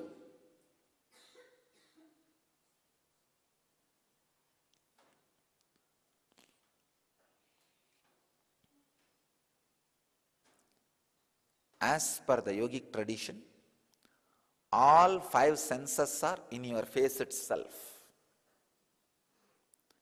Ears, smelling nose, taste tongue, seeing eyes. The cheeks are considered to be the touch. That is why cheeks play such a major role in the pleasure of touching. So, through this mudra, you do pratyahara of all 5 senses. Please understand. Your hands are the gateway for your prana. It can send or receive prana. That is why whenever I not me, all over the world, in all traditions, not just Vedic tradition, in any religion, a highly evolved pranic source, an enlightened master or an incarnation or a saint or a religious leader, blesses you with the hands towards you, means he is releasing the pranic energy. And when you are asked to receive, you are always asked to raise your hand so that you can receive. Hands are gateway to send or receive pranic energy. Now when you lock your hands on the senses, all the senses are withdrawing inside. The pratyahara happens. Thumb on the ears, 2 fingers on the eyes, and the ring finger on the nose, little finger on the lip, and lock the nose, lock the breathing through these 2 ring fingers as long as possible. Please understand. Never try to do with the middle finger. If you try to lock the nose with the middle finger, you will lock it more than you can bear. The danger of fainting or disturbing your health is possible. It is there. So, don't do with middle finger. Do it with ring finger. Do it with ring finger. Please understand. The ring finger, Washington, New York, Port Washington, New York, please don't do now. Wait. I'll guide you, you can do that time. Just listen. Listen to the instruction.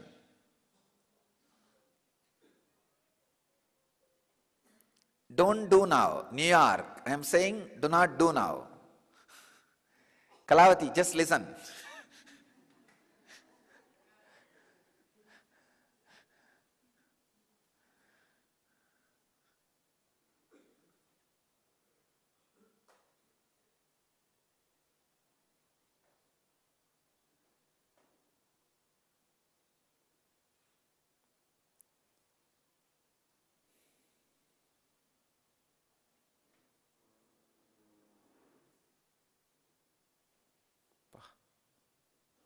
I'm seeing very clearly how the etheric body of me is being used by the cosmos like a huge octopus. It is spread, and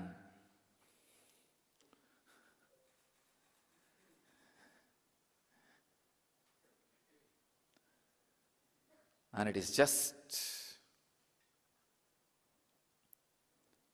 putting and connecting with the people.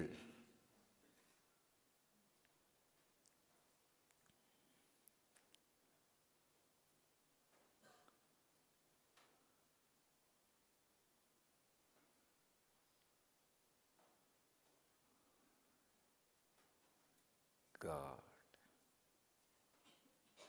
I can see very clearly all the places people will experience levitation. At least in 100 places, devotees will have vibhuti from padukas, and at least 200 devotees will receive vibhuti in their hands. Now,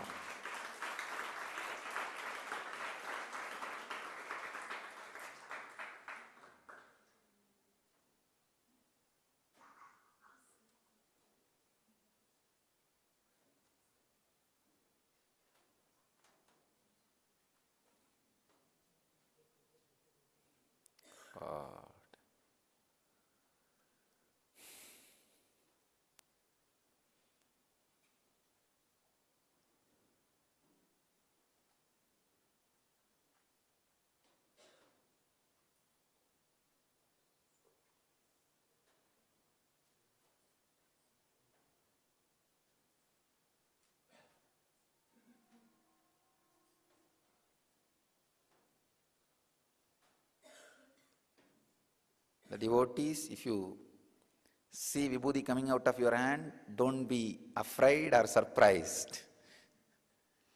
I could see the energy expression.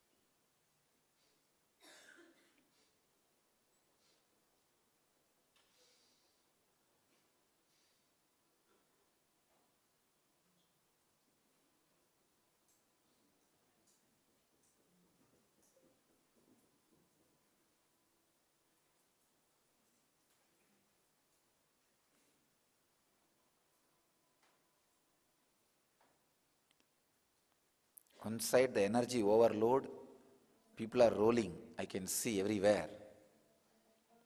On the other side, webinar overload. It's not able to handle. Jnanatma, you are ready?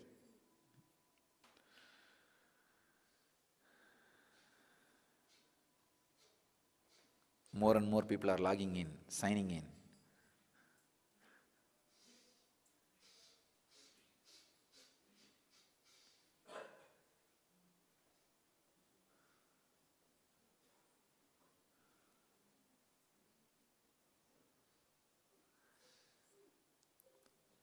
So all the people who missed for a few minutes webinar stopped, I wanted to tell all of you, you have not lost anything. I have not given any instruction in those few minutes. I waited. So please, you can listen now. So now, the hands, the thumb on the ears, the index finger and middle finger on the eyes, the ring finger on the nose, and the little finger on the mouth,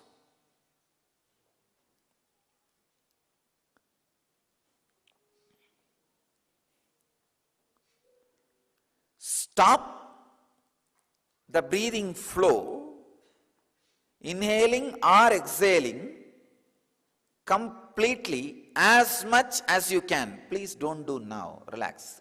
Relieve your hands. As much as you can, stop the flow. After a few minutes or a few seconds, you will feel, oh, now I cannot stop anymore. Then just release those two ring fingers. For a few seconds, the body will automatically inhale or exhale. Let it do its job. You don't do inhaling or exhaling. Body will automatically balance. Please understand, you do not put your will.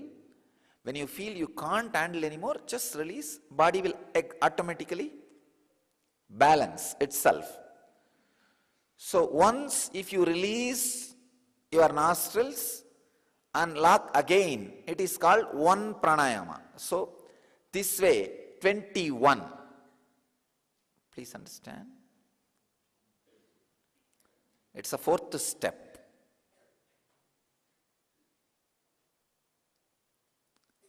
First, a simple cleaning of the nostril.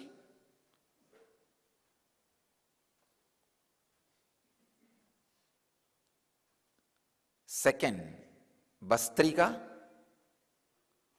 Third, inhaling as slowly as possible, holding as long as possible, exhaling as slowly as possible, holding the lungs empty as long as possible. Fourth, locking the nostril completely as long as you can through the ring finger. In different countries, showing finger is a big risk.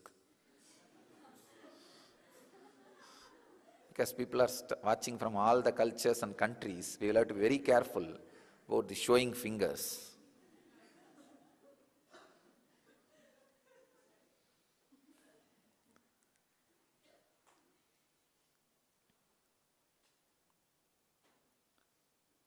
Fifth part is, please understand, this fourth part is the main kriya. The fifth part is settling with your body, means balancing the body. First three steps are preparation. The fourth step is main kriya. And the fifth part is balancing your body, settling your body. The settling or balancing can be done by intense humming. 7 minutes of intense humming means the energy created has to be churned in your system. Intense humming for 7 minutes. After that, living means making that a part of your muscle memory. This will be done by the 7 times doing Shakti Dharana. Please understand. Shakti Dharana means raising your hands towards the sky and visualize the Master's presence and energy intensely landing on you, awakening your Kundalini on the whole body, and bow down to the cosmos. Surrender to the cosmos 7 times. Please understand. Totally 5 action. Simple breathing 11 times. Bastrika 21 times. The inhaling slowly, holding long, exhaling samana kriya, that 21 times. And the fourth part is Shambhavi Mudra, holding the breath completely through Shambhavi Mudra 21 times. And the fifth part is Mahamantra 7 minutes.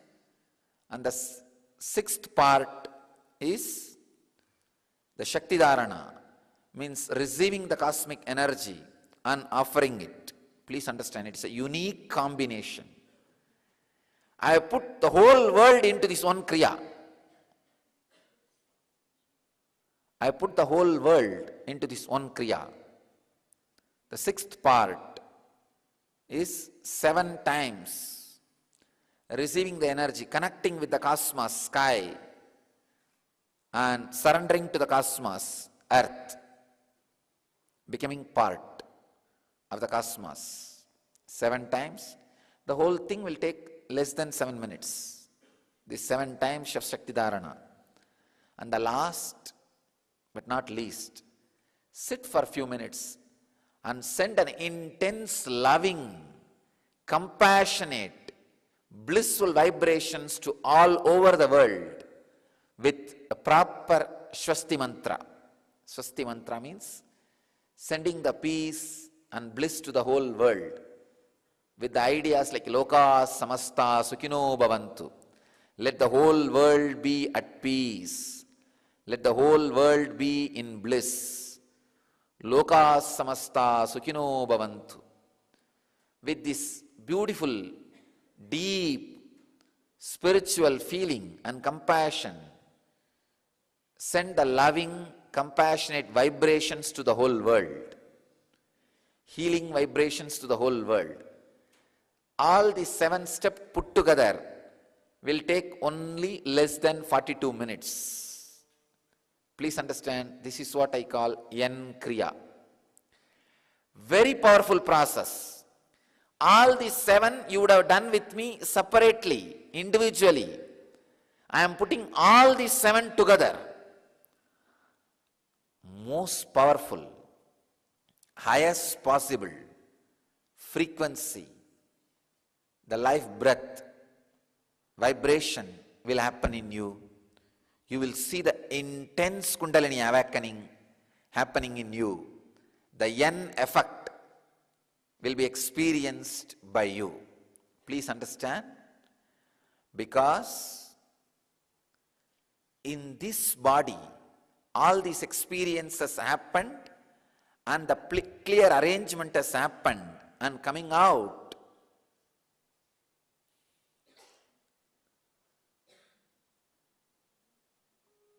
anybody who does this kriya will immediately connect with this energy which is expressing through this body and experience intense Kundalini awakening and Yen effect as people experience in my presence, or I can say much more than the experience happening in my presence. Please understand, through this initiation, I add Master's grace and blessings to this kriya and to all of you. Now, at this moment, 615 places around the world people are sitting. I bless all the people who are sitting around the world. Please understand, with my blessings and the grace of all the great masters, I initiate all of you. All of you will have people who are sitting around the world and here in the physical presence. All of you are initiated. I bless you all with the experience of initiation.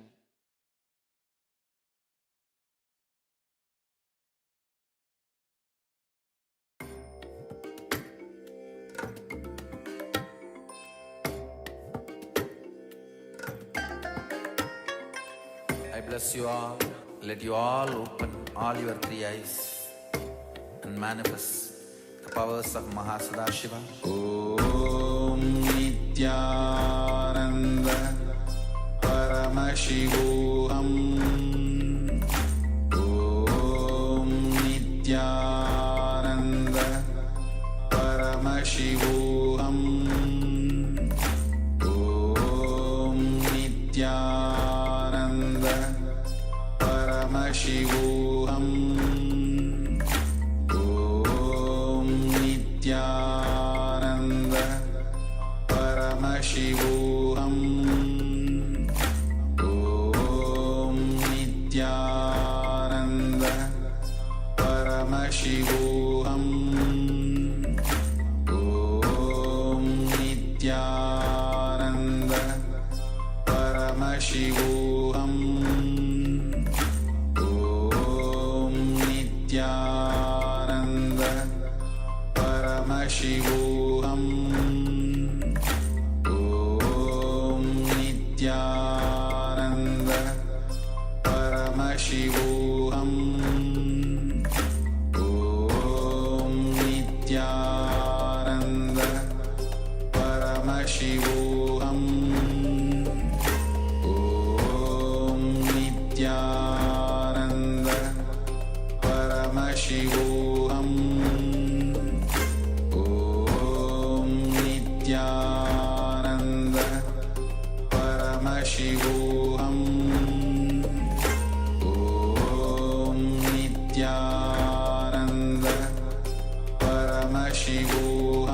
Paramashivoham.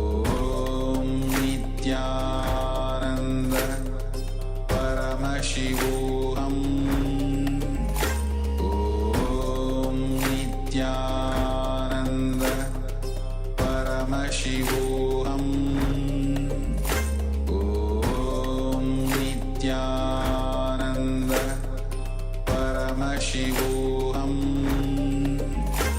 Om Nithyananda Paramashivoham. Om Nithyananda Paramashivoham. Om Nithyananda Paramashivoham Om Nithyananda Paramashivoham Om Nithyananda Paramashivoham Om Nithyananda. Yes, we are back, and we'll be now entering into the power manifestation once again. So decide once more which part of your body you want to reshape or redesign. It could be the same part or different, whatever changes you'd like to see in your body. Take the decision now and pen it down maybe. And when you're ready to start, and start to visualize that these changes have already happened. You are having the new body that you want. You are already in that body. Those changes are already there. You are enjoying them right now. As you visualize this, you may feel subtly inside that your inner image is changing. Certain patterns maybe are coming up. You may have certain resistance towards expressing a part of yourself due to which you will have manifested the body that you have. And when you visualize that change, maybe that feeling comes. So immediately drop it. Hold on only to your intention to manifest, so that you will break that pattern, that emotion, and successfully manifest this power, transforming your body and your identity. So we'll be entering into the power manifestation now.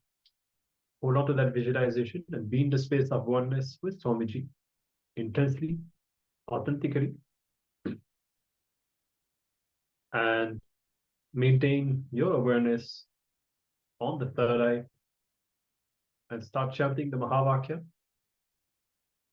Om Nithyananda Paramashivoham Om Nithyananda Paramashivoham Om Nithyananda Paramashivoham. Let's enter into the power manifestation.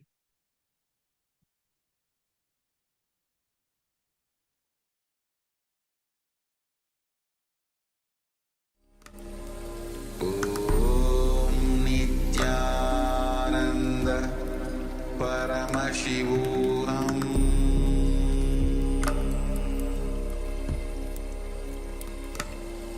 Om Nithyananda Paramashivoham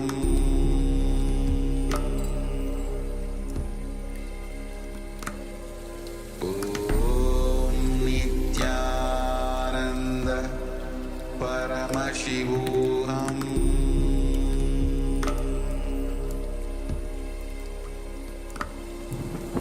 Om Nithyananda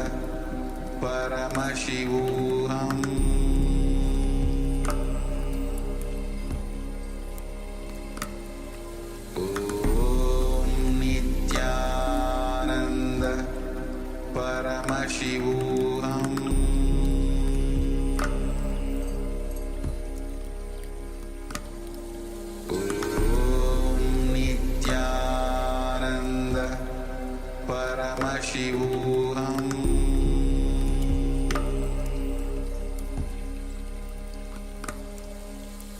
Om Nithyananda Paramashivoham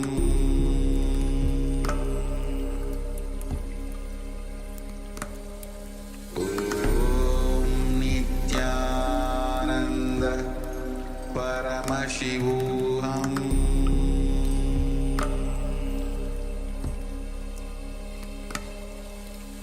Om Paramashivoham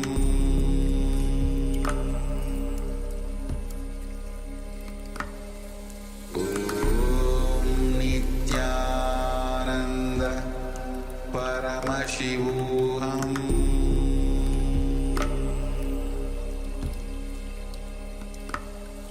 Om Nithyananda Paramashivoham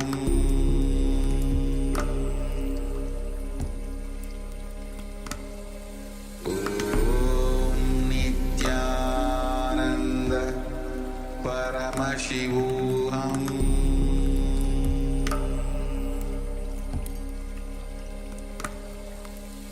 Om Nithyananda Paramashivoham Om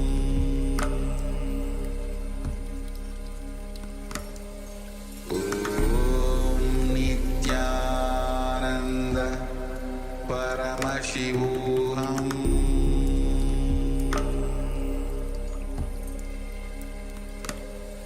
Om Nithyananda Paramashivoham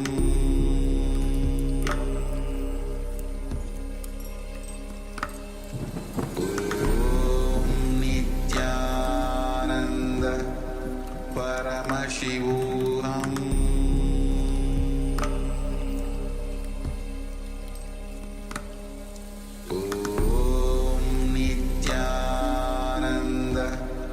Paramashivoham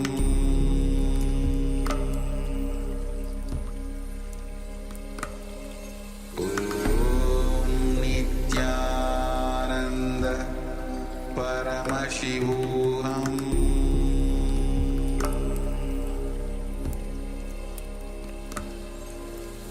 Om Nithyananda Paramashivoham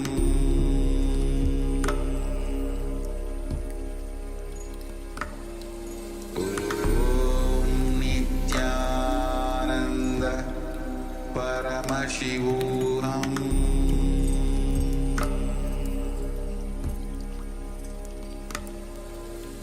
Om Nithyananda Paramashivoham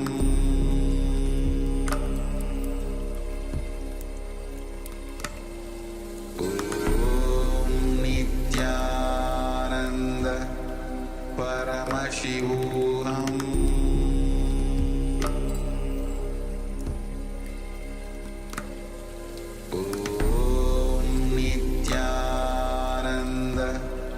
Paramashivoham Om Nithyananda Paramashivoham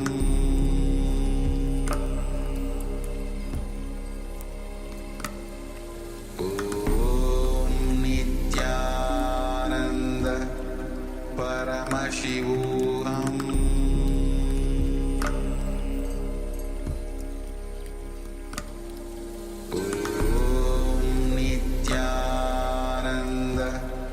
Paramashivoham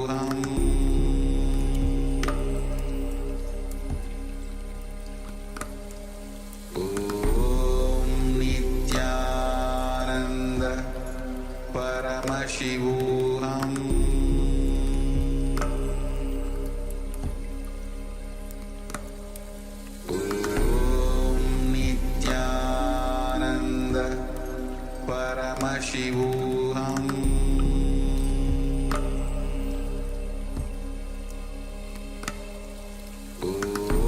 Om Nithyananda Paramashivoham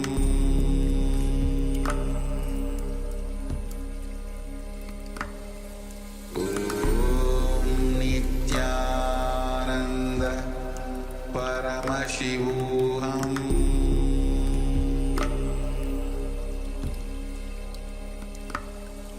Om Nithyananda Paramashivoham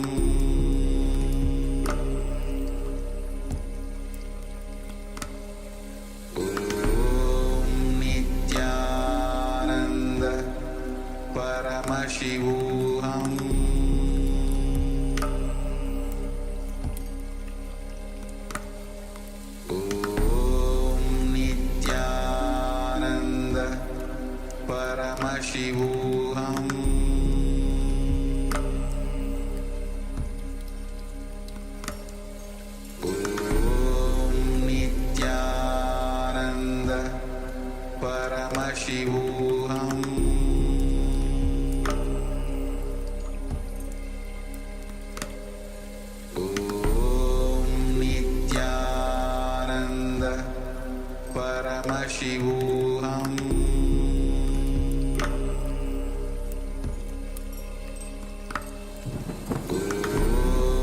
Nithyananda Paramashivoham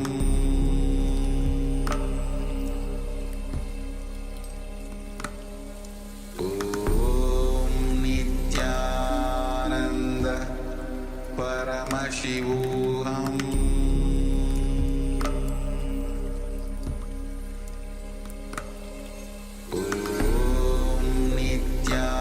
Nithyananda Paramashivoham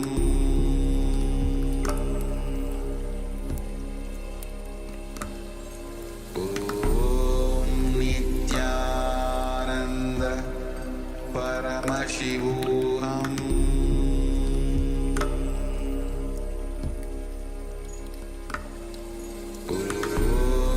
Nithyananda Paramashivoham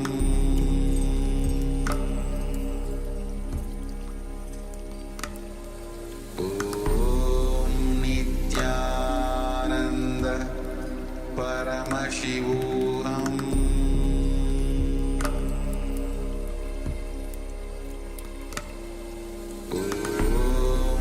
Nithyananda Paramashivoham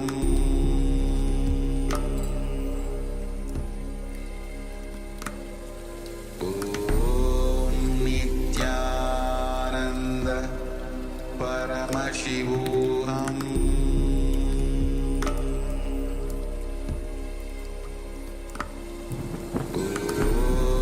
Nithyananda Paramashivoham Nithyananda Paramashivoham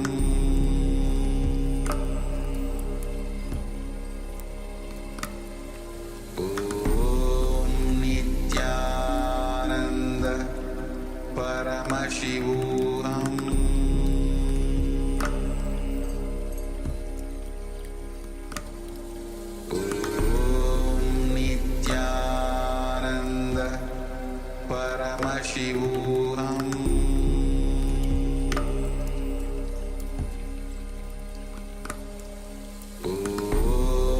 Nithyananda Paramashivoham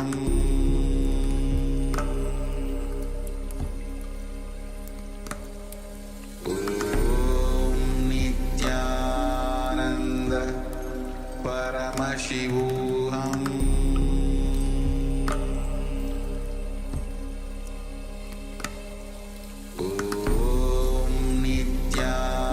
Nithyananda Paramashivoham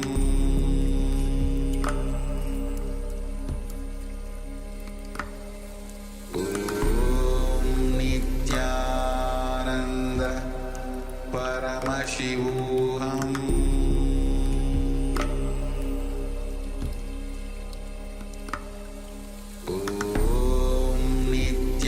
Nithyananda Paramashivoham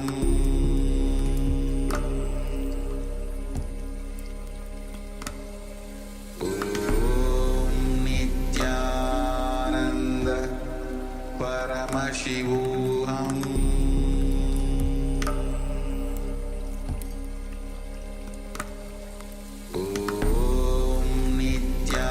Nithyananda Paramashivoham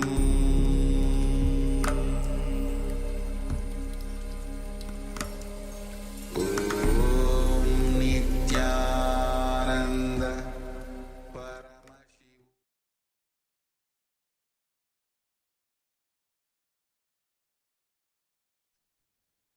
Yes. So let's move into the verification now and take a few moments now to see if you witness any difference, if you have succeeded in redesigning and sculpting your body as you wanted.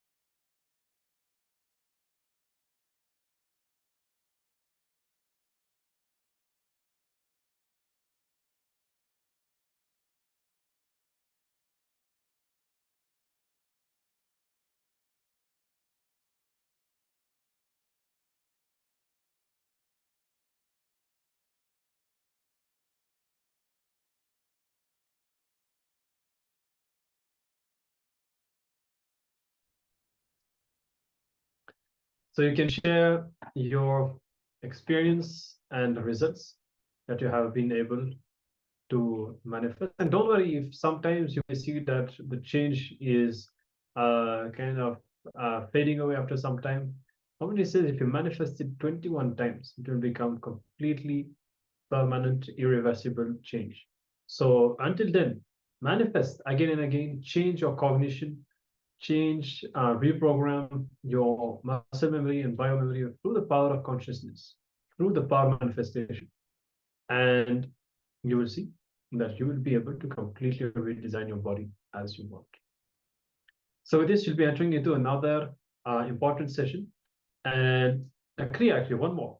Kriya today, a lot of techniques and intensely working on reprogramming ourselves and detoxifying our system. Now, this is going to be a Kriya for hypertension. And yes, hypertension is one of the most common death causes for human beings in this day and age.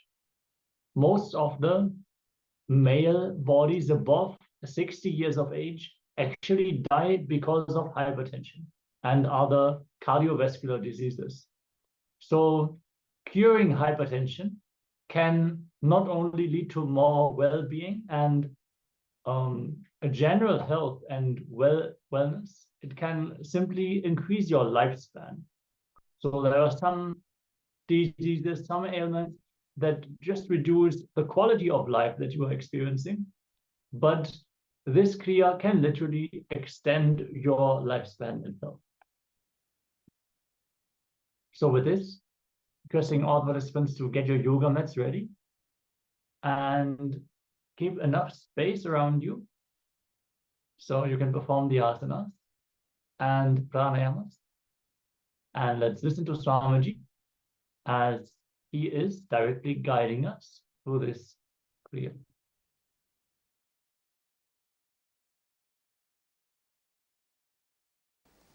Today, Kriya, Nitya Kriya for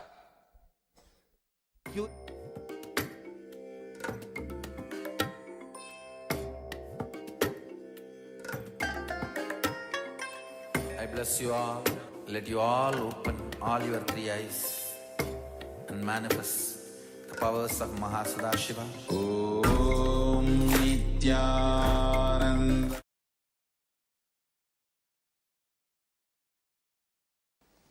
Today, Kriya, Nitya Kriya for curing hypertension. One good thing about this Kriya is, immediately after the Kriya, at least half an hour you have to sleep.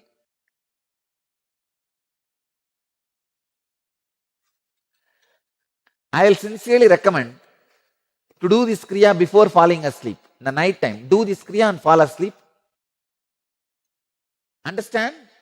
You can teach this to anybody with a guarantee, money back guarantee. 100% cure for hypertension or money back guarantee within 10 days. This is such powerful Kriya. Fourth step.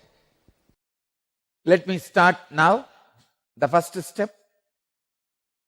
First step is Nadi Shodhana Pranayam. Sit straight. You can be in Padmasana or Baddha Padmasana or Siddhasana, no problem. These three are okay. Inhale through the left by blocking the right nostril and exhale through the left. Again, inhale through the right and exhale through the left. In through left, out through right. Again, in through right and out through left. Do this 21 times. Please start. Use your hands to close the nostrils. Do it sincerely. In through left, out through right. Again, in through right, out through left. This is called one Nadi Shodhana. Like this 21 times.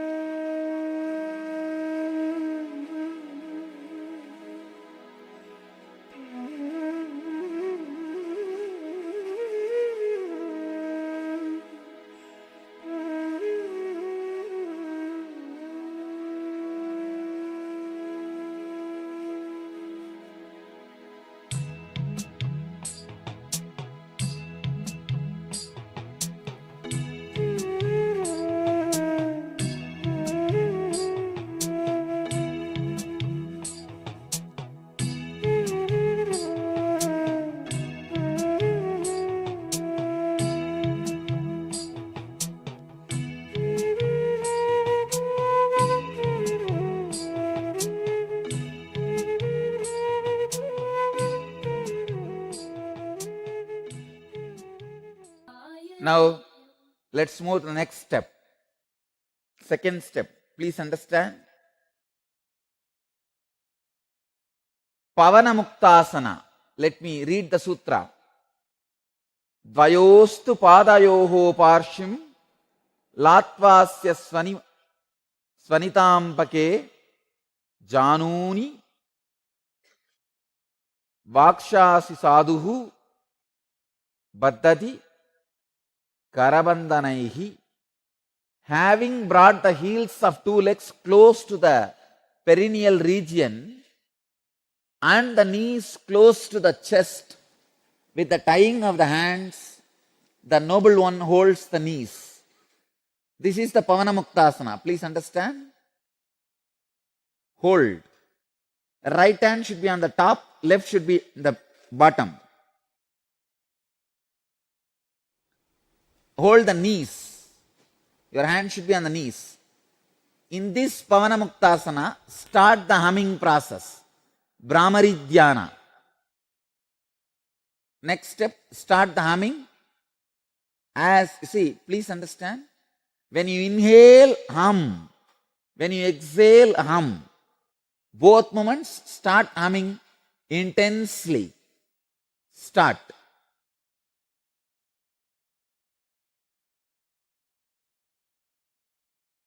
Intensely.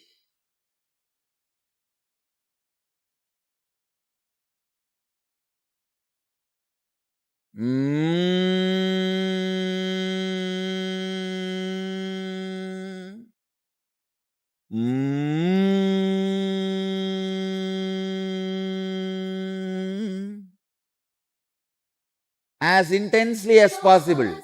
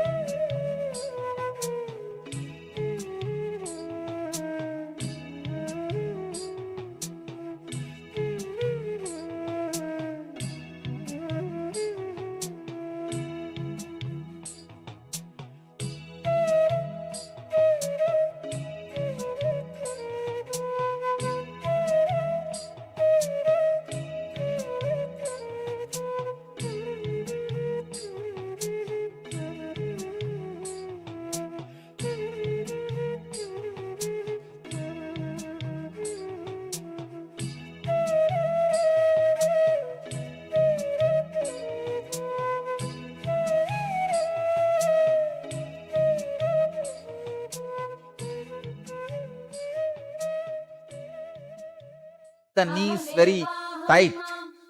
The heels has to touch the body. Keep the knees closer and continue.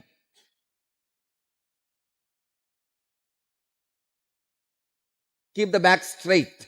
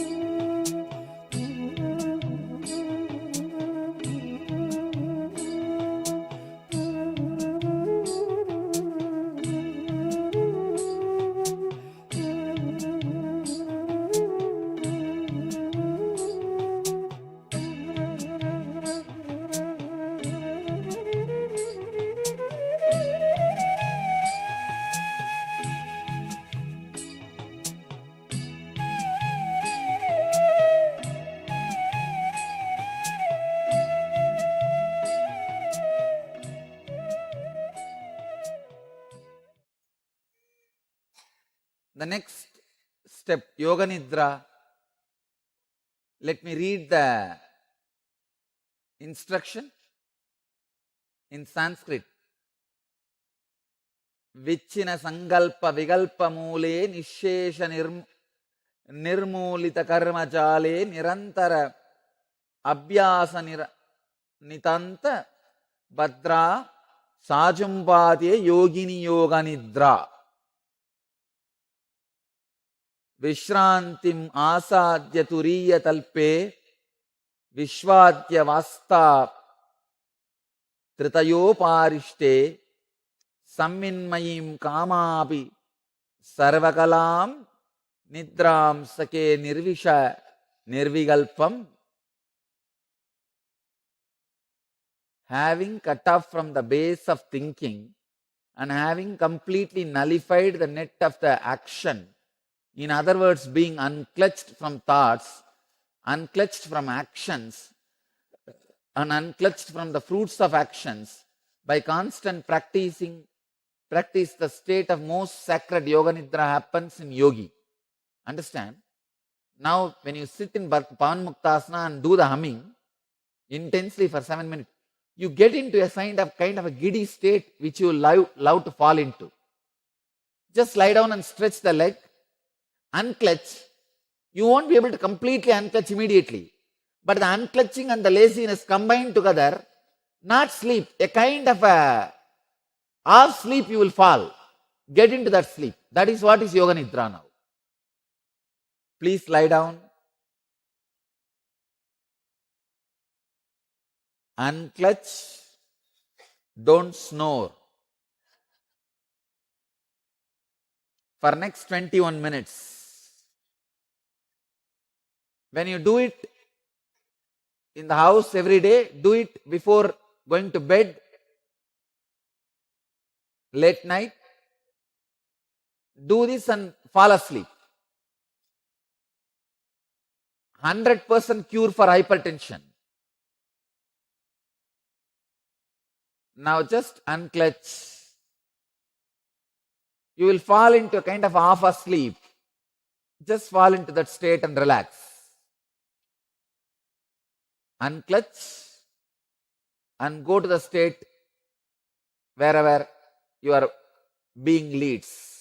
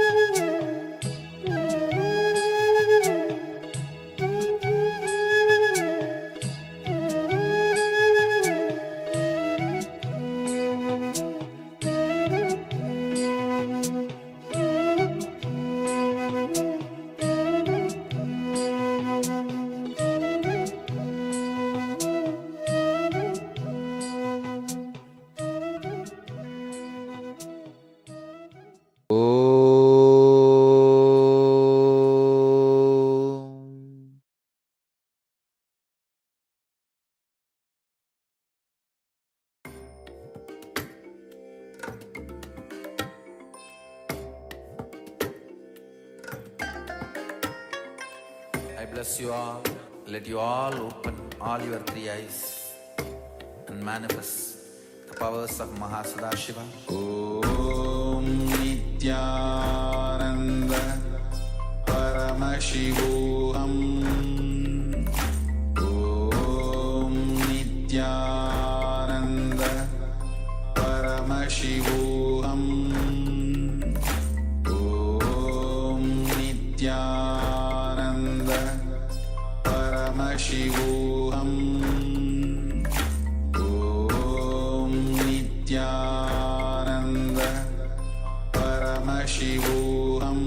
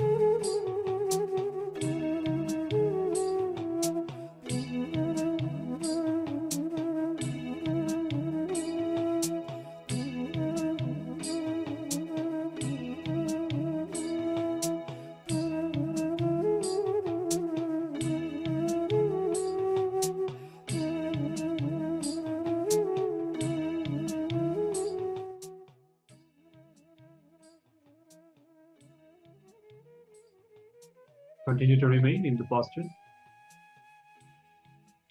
Last posture, as you can see on the screen. We'll give a few minutes. Enter into the deep yoga nidra, intense and deep relaxation.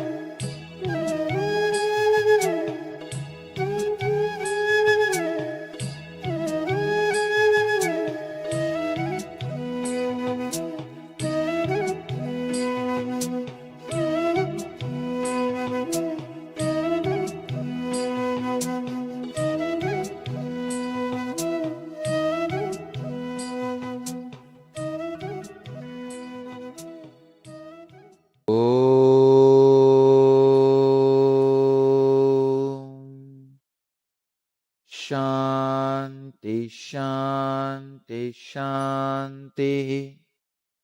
Relax. Usually when you do it in the house, just do this yoga nidrans, sleep.